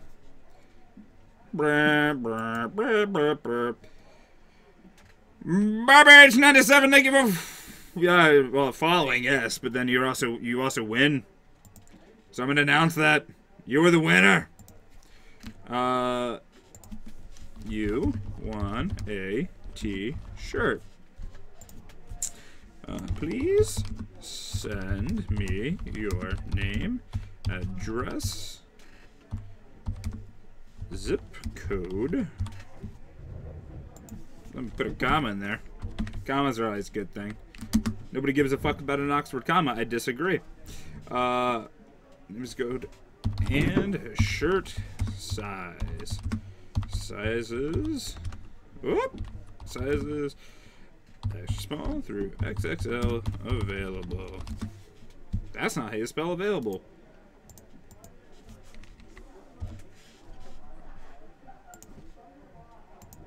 There we go. All right. Bobby, you won. You won, Bobby. You won, Bobby. Bobby, you won. Raffles for Judge Foil, Ubamask signed by Morrow. Torgo Delver. Torgo Delv. Wow, I just can't say your name. Torgo Devil. Thank you for following. And Synthetic Motor Oil. Thank you for following. Synthetic Method. Yeah, Bobby, you won the shirt. You won a T-shirt. I just messaged you. And it'll be good. It'll be good. Are we getting another match? I believe so.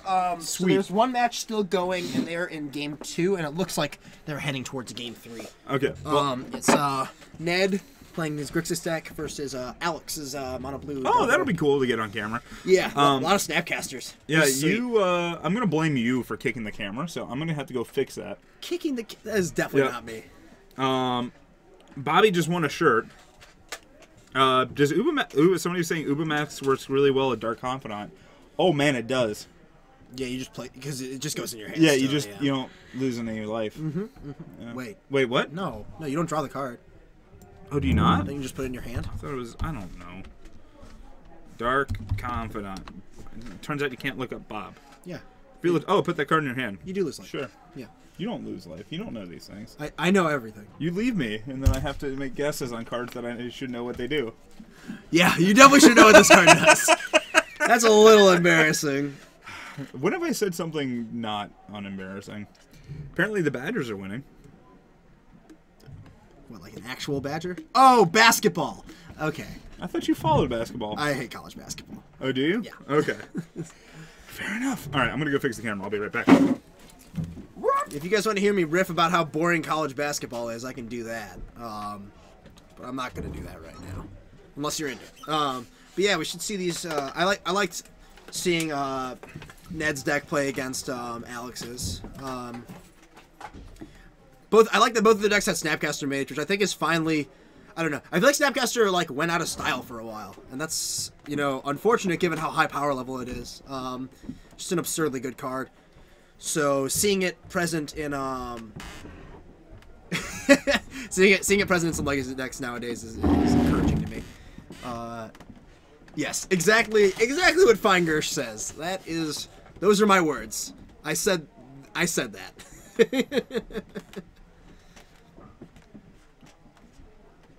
Ben, my Twitter name is just like that. I don't have any explanation. It's just like that. It's like Purred Happily, but slightly different. In any case, yeah, Snapcaster Mage, great card. That's why I like, you know, there's like you could build miracles in like the two different ways. There's like the European way with like Ponders, and then there's the more like Joe Lisette way with just like weirdo creatures. Big fan of the Euro way. Just having more things to Snapcaster back is sweet. Yeah. Ned is going to be sitting where Kyle's sitting. Okay. And Alex will be sitting where Joe was sitting. In case you were wondering. I was wondering. How wondering were you? Fairly wondering. All right. Let's see. Gotta reset a bunch of stuff.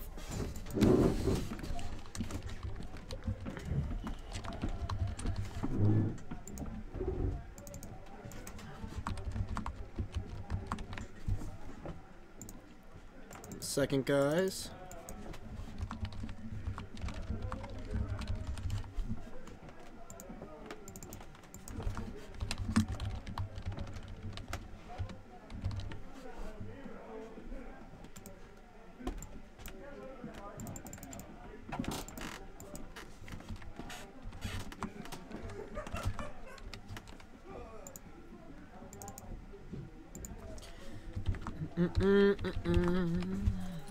All right. There we go.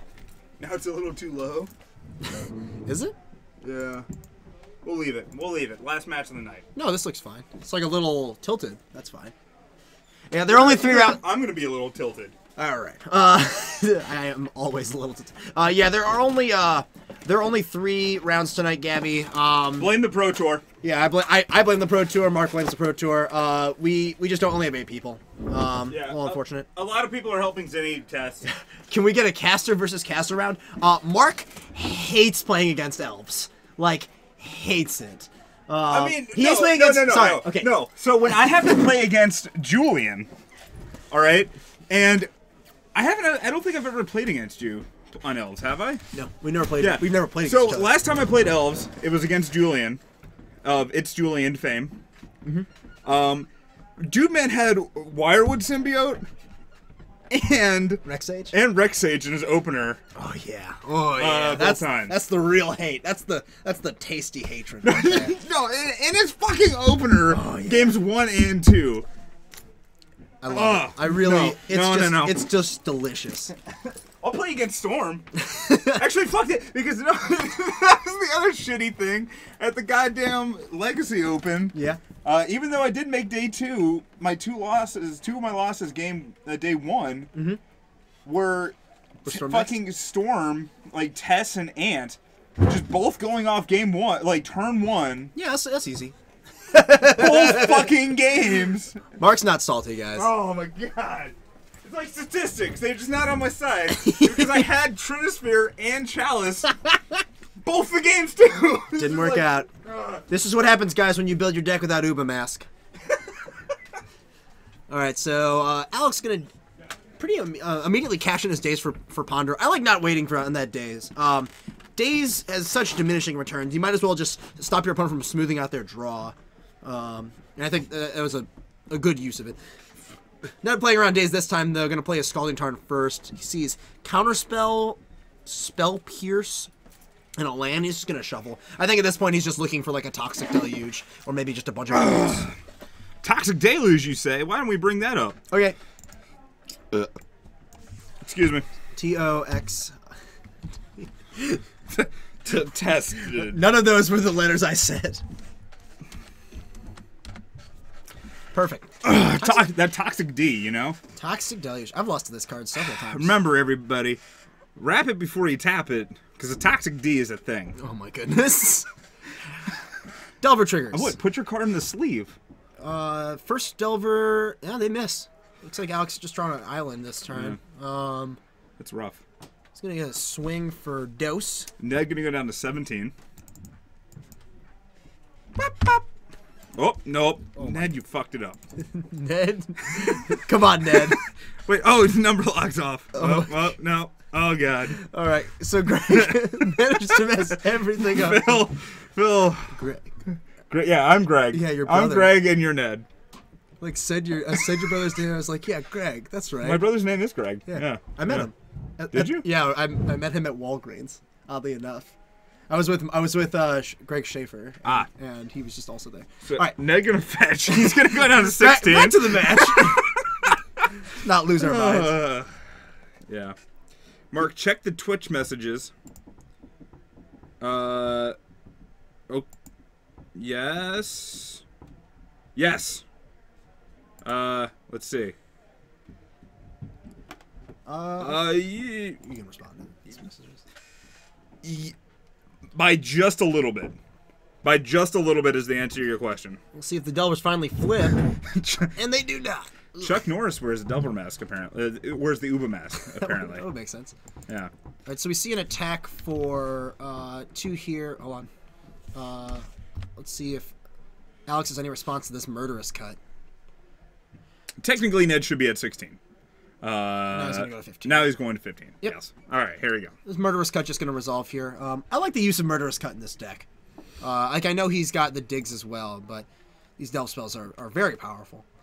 Looks like Ned has drawn Baleful Strix for turn. He's got Baleful Strix, Cabal Therapy. Yeah, he's going to start with Cabal Therapy. Why not? Alex going to... Counters? Spellstutter Sprite. Ooh. Ned with Flusterstorm in hand, but you can't Flusterstorm a fairy. No. Spell stunt. So what do you think? Do you think he deploys Pyromancer or... I don't know. He's just going to go... I think Baleful Strix Yeah, here, because actually. then you can flashback Ball Therapy. I think he's just... If you I think wanted. he wants to block. Sure. I think he really wants... Oh, boy. Wow, Delver not flipping for a million turns. That's kind of rough. I think it's very unlucky. In Ink Moth Nexus, I don't have an Uba Mask in my deck, and that is what's wrong. So, Then again, Elves does not need a Glimpse anymore to actually win. no. That deck has gotten just way better. I hate it. So Ned drew Fire Ice for his turn last turn, so he's going to go for the Fire and 2-for-1 here. Alex only on 2 lands. He's not going to be able to cast multiple counters, and Ned has both Spell Pierce and Flusterstorm as backup. Yeah, Spellstutter Sprite would have been the ideal draw, but it looks like Spell Pierce is going to get him there. And that's going to get a rack up a 2-for-1 right there for Ned. It's not bad. Not bad. And then Jared Talon 88. Thank you for following. 88. Good number. Yeah, Good number. Ned does decide to swing in there. Get in there with the Robot Bird. Yeah, why not? What do you got to lose? You know? A Robot Bird. Hashtag Yellow Swag. Let's see what Alex has Make here. that Goith bigger. Alex casting Brainstorm. And Ned's just going to say resolves. He has Flusterstorm. It's kind of tempting to Flusterstorm him there, especially when he's, you know, both mana screwed and seemingly spell screwed. Like, what do you think? But then Ned's left with 1 card in hand. Like, yeah, just the Pyromancer. And also no spells for his Pyromancer. Exactly. So, like, it's almost worth a bluff because you're not guaranteed, like, that shit's going down. But he's only got 1 black source. How did he cast? Uh-oh. Yep. Oh, that's not good. I think we're too far gone for that. We're too far. But you are correct. Raoul know though, because we need to pay attention to that. So. Yeah, you guys are right. Good call.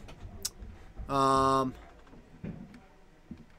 is unfortunate. That's an unfortunate miss on all of our parts. A bit of sloppiness on camera tonight. But it happens sometimes, JSO. I mean, we're also you put a magnifying glass to people's game when you put them on camera. Like we literally have a room full of basically a giant room full of people watching it. So the mistakes become a lot more apparent. Because in any given Legacy game, there's going to be mistakes. Like Legacy is a very complex format. There are a lot of things going on, but when we're all watching them together, they tend to be a bit more, a bit clearer, I guess. Yeah, it's a learning experience. That's exactly what it is. Ned, quality player 5000. immediately offers to scoop. Wow. That's such a nice guy. Alex was like, no, you don't need to scoop. Yeah. So, yeah. So Ned, so just to recap what happened, Ned attempted a Pyromancer, Alex tried a Spell Snare, and then Flusterstorm to protect it. I think that's a good use of his Flusterstorm, just getting this card into play. Yeah. I've seen, I mean, people needle pedal all the time. I've playing Storm, I've had my LEDs needled just tons and tons and tons of times. It's just small things like that. Like, the more you play Legacy, these less these mistakes happen. Yes. That's what it comes down to. I mean, I won't forget, this was right after Flusterstorm was printed, and I thought it was just way better than it is. I had somebody, and the guy played Flusterstorm on a Forge Master. Okay. And I let it resolve. Oops. It's not. Oh, I played him again, and he fucking tried to do it again. Oh boy, I was so excited to just shove it in his face. Oh, I'm glad he. This was like years later. This was at the. This was in Indianapolis at the Open. Oh wow. Yeah.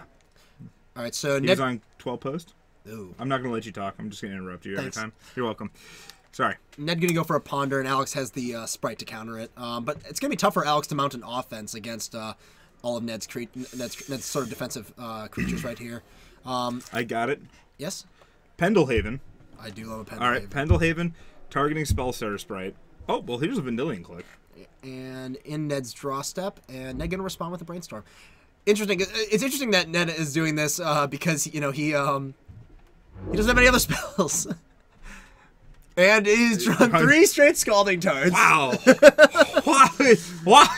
Wow! Goodness. Wow! Not great. Oh yeah, but my ridiculous line involves giving Spellstarter Sprite Changeling. Oh goodness. Alex having a Mishra's Factory in play. Mm-hmm. And Pendelhavening the Spellstarter Sprite, and then since it's now an assembly worker as well, pumping it that way, and then it's swinging for 3 a turn. Ladies and gentlemen, Mark McManus. Even new message on the Twitch. I have the new message on the Twitch. Okay. I have the new message on the Twitch. Click it. You can deal with your private. Yeah. All right. So yeah, as we saw, Ned drawing 3 straight Scalding Tarns off of that Brainstorm, and he's just immediately going to fetch away the others. Alex drawing Snapcaster Mage, and I think he's just going to immediately fire this Brainstorm off. Yep, and he does. Hit 1, 2, 3. I see a Spell Pierce, which is pretty poor at this point in the game. Scalding Tarn, which I'm sure those are the 2 cards that are going back, and then 2 others. Let's see what Alex decides to do here. Alex keeping his cards a little close to the chest, and he's going to get in there with the Spellstarter Sprite. The Spellstarter Sprite is basically a free attack for a while because Ned's going to have to hold back this Baleful Strix in order to block Vendilion Click for as long as he's got it. Ned drawing Pyromancer. A fine draw, but he needs a way to sort of mount an offense here. I think he can start getting in here with these elemental tokens, or with at least a couple of them. And he is going to get in with those. So Ned's at 10 right now. Don't tell me what I'm doing with my life. Nope. That was the wrong person. He's at 18. That was a big swing.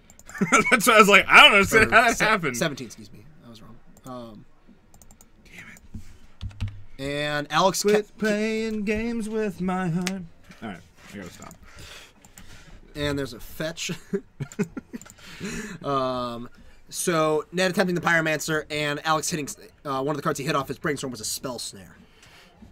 Hold on. Can Misdirection bring a spell targeted by spell on top of the sprite?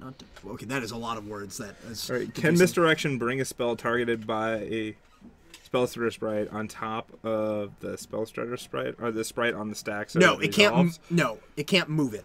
Yeah. It stays in whatever part of the stack it is. Yeah. So.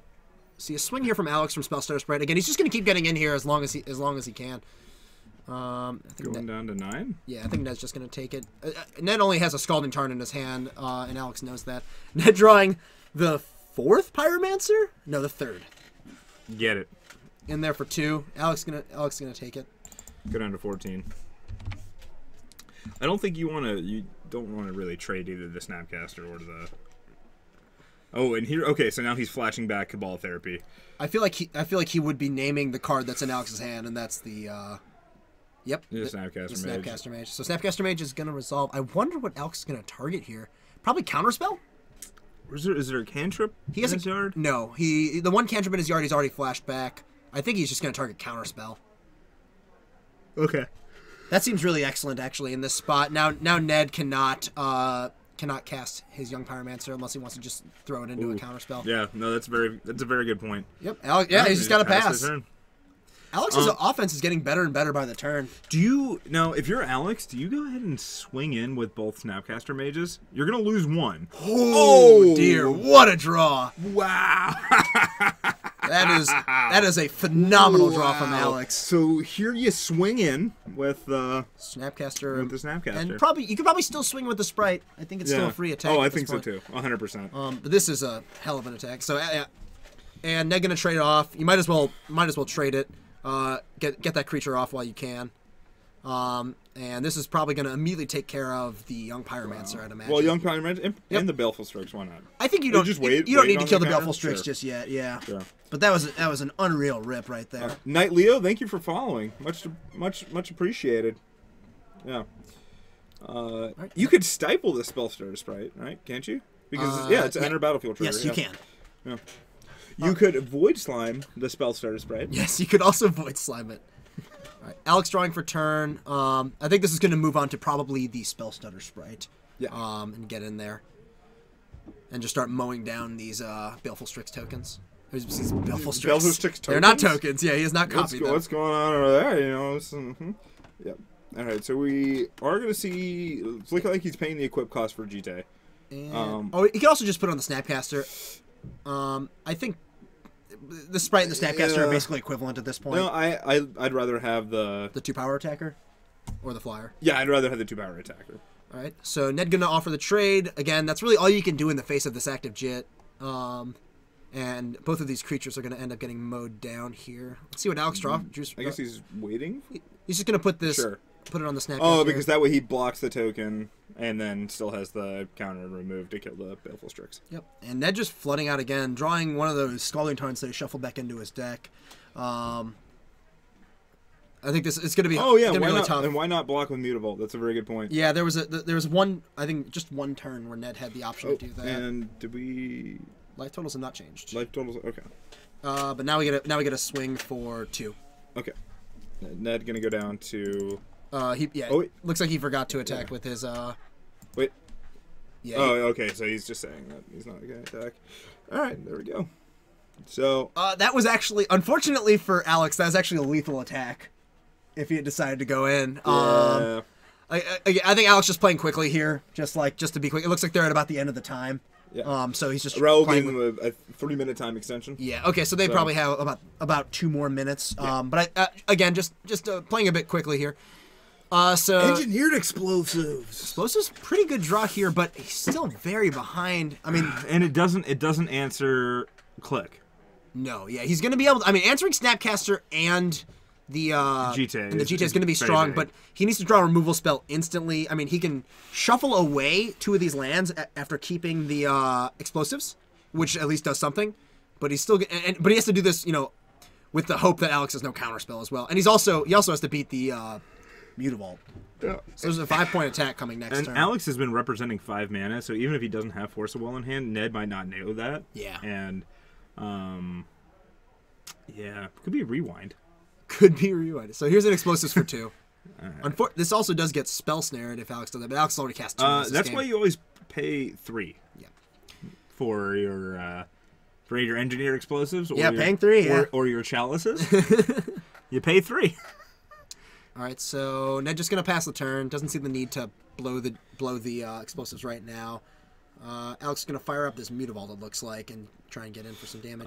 Or he might be trying to move GT over to and see what Ned does in response to that. And it'll force Ned to blow the explosives in response, or else he's gonna let him get in a bunch of pumps.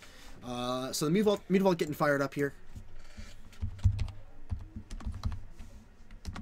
Yeah, so a few things.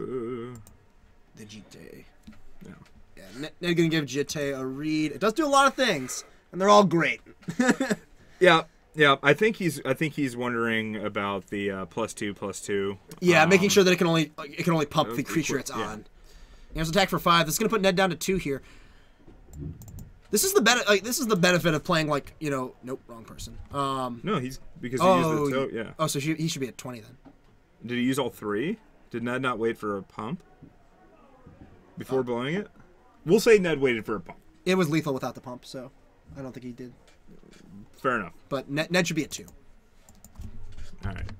That's the more important thing. Ooh, what a rip! Dig through time. I mean, he's got to basically dig into 2 bolts here. Could he Toxic Deluge? He can.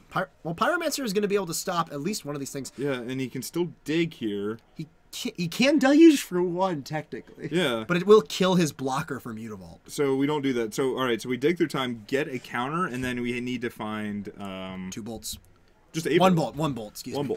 1 bolt. Ned should be delving cards right here. I'm sure that'll get resolved once he tries to cast a spell. But that is an additional cost. You need to delve yep. first. I know through that. I may not know what Dark Confidant does, but you know. Yeah. So. Yeah. Alex does have Back to Basics in his deck. I know at least in his 75 he has played it before. Dig Through Time, man, I love Dig Through Time. I have played this card quite a bit at this point, and it's just great. It is really great. And Alex just gonna let it resolve. I mean, Ned hasn't seen a single. Pyroblast does the same thing. Yeah. So Jace and another Snapcaster. So I figure he's gonna take Pyroblast, maybe Snapcaster. Yeah. Does he have an extra mana? If he's got another mana in hand, like another land in hand. That's really good. I wonder what else. Like, I think that's what he's gonna end up taking. Like, he has Spell Pierce, but Spell Pierce is not great here. Alex's 1 card is Back to Basics, or one of his cards is Back to Basics. That's pretty excellent. I do not wish them to unban Dig Through Time. That card should stay banned in Modern. It is way too good. way too good. There's a Pyroblast. Let's see if there's. Oh no, that's gonna resolve. I think one of his last cards is Back to Basics, and that's going to be a pretty big game. And this is turn 3 now? Oh, and there's another click. Womp, womp, and Ned has no response to that. His hand just 2 Scalding Tarns and a Handshake. Oh, wow. Wow. And there's the winning for the match. Fun fact, that touched my chest. I found it. It was on the table. I tried to take it. That was great. And definitely in my shirt. Makes it more valuable. I agree. More valuable. I hope you guys like that. That was I actually think this mono blue Delver deck is sweet.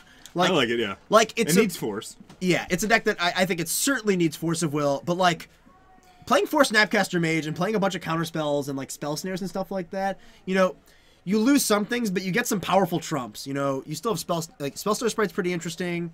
Mutavault's an underplayed card. Yes. In general in Legacy. Play 4 of it. Yeah, but I think you're the only one. It's an assembly worker. I know it's an assembly worker. It's also a merfolk, I think is the only other I've done that. And they like Lord of the Atlantis, and you're like, Island Walk! Island Walk 3/3, deal with it. Getcha. I don't believe Venom Knights. I don't believe he owns Force. Like I think this is a budgetary restriction, not like an intentional deck building restriction. But he still does really well with the deck. Like Alex generally goes 2-1-3. Like usually goes like about 3-1 with the deck whenever I see him play it. Yeah. And just because the density of counter spells is very high. Snapcaster Mage is unreal. Delver's unreal. Like, and you still get to play Brainstorm and Shuffles. Spellstar Sprite's a real thing. Spellstar Sprite counters. There are a lot of 1-drops in Legacy. Yeah. Spellstar Sprite is a card that counters, it's a 1 and 2 drops very regularly. Yeah, it counters them, and it also doesn't get hit by a lot of anti-counter stuff. Like it doesn't get Flusterstorm, doesn't get Spell Pierce. We saw that happen. Un133, thank you for following. And then Juvie, I know you asked if it was the last round. Yes, unfortunately, a lot of our players tonight are out testing for the Pro Tour and practicing since we got that coming up. Young Greasy, thank you for following. So we only had the 3 rounds tonight. We didn't make it to 4. Normally we do. Normally our tournaments are 14 plus. Yeah. Yeah. We had 22 last Thursday. Yeah. So normally they're much better. We do cap the tournaments to 4 rounds. Yeah. And it was just unfortunate today that well, I guess unfortunate and fortunate. Like it's great that we have like such a strong Magic community that are willing to like help, and we do have a number of people that that play at that higher level. Absolutely. But unfortunate when I'm trying to run a stream.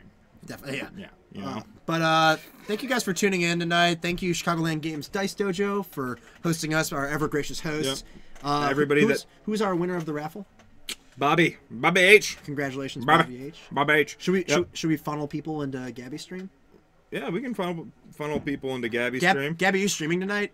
Well, I know my brother's streaming. Oh, yeah. And he needs the votes for the contest. There we go. So we got at least one person. Gabby's in to follow chat, so if Gabby is streaming, I'll do both. Yeah. Taco Sean, thank you for following. Yep, so here, we'll do both. Guys, here are 2 good streams. Did you really just type it? What year is it? Typing HTTP. Shut. What do you do? What do you think I do for a living? Yeah, of course I tape HTTP. Jeez. All right. You're not coding a URL right here. This isn't C. Oh my god. Plebeians, man. All right, there we go. Wait, what? I think you typed All right, control. hold on. I gotta link Gabby's stream. Oh, Gabby's not streaming. Is not streaming Never that? mind. Okay, all right. But you should watch Gabby's stream later. Dead Babylicious. What's that? Thank you for following. The giveaway tonight was a t-shirt. A WUBRG t-shirt. Yeah. Yes. Yeah. So now you get to wear that. Yep. It'll be fun. It's a sweet shirt. It says WUBRGxyz. Yeah, so that'll be good. Thank you, everybody that followed. Wednesday, we're going to have Eric and Sydney in the booth for Modern. Sweet. 7:30 Central Time. That's going to be from MTG Card Market. Thursday, we're going to have Mr. Gregory Schaefer, not quite sure who with him yet, for some more Legacy. And then... Trying to think. That'll be again 7:30 Central Time from MGG Card Market. Yep. MGG Card Market's pretty good about hooking us up with giveaways, so I would imagine there'll be giveaway both Wednesday and Thursday. Probably, yeah. Yep. So everybody, make sure you guys tune in.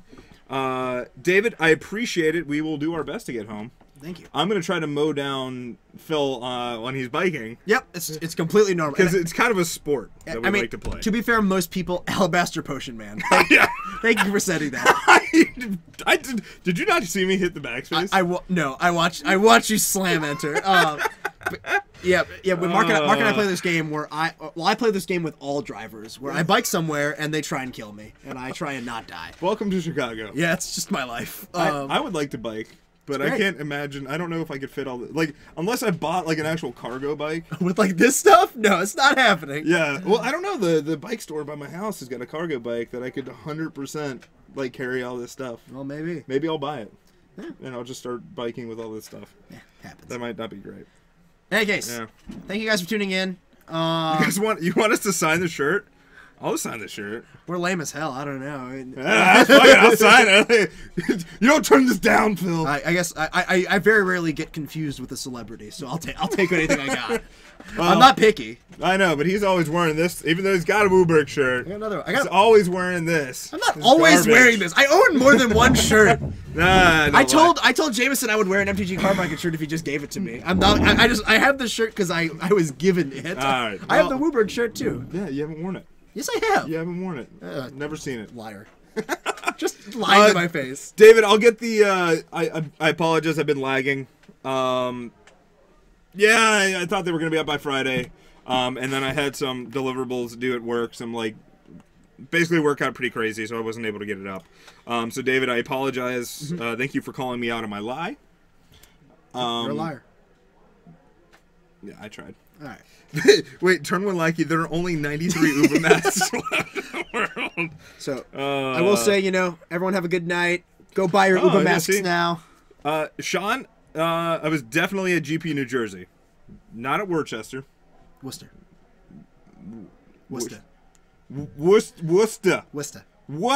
Yeah, that's it. Oh, sweet.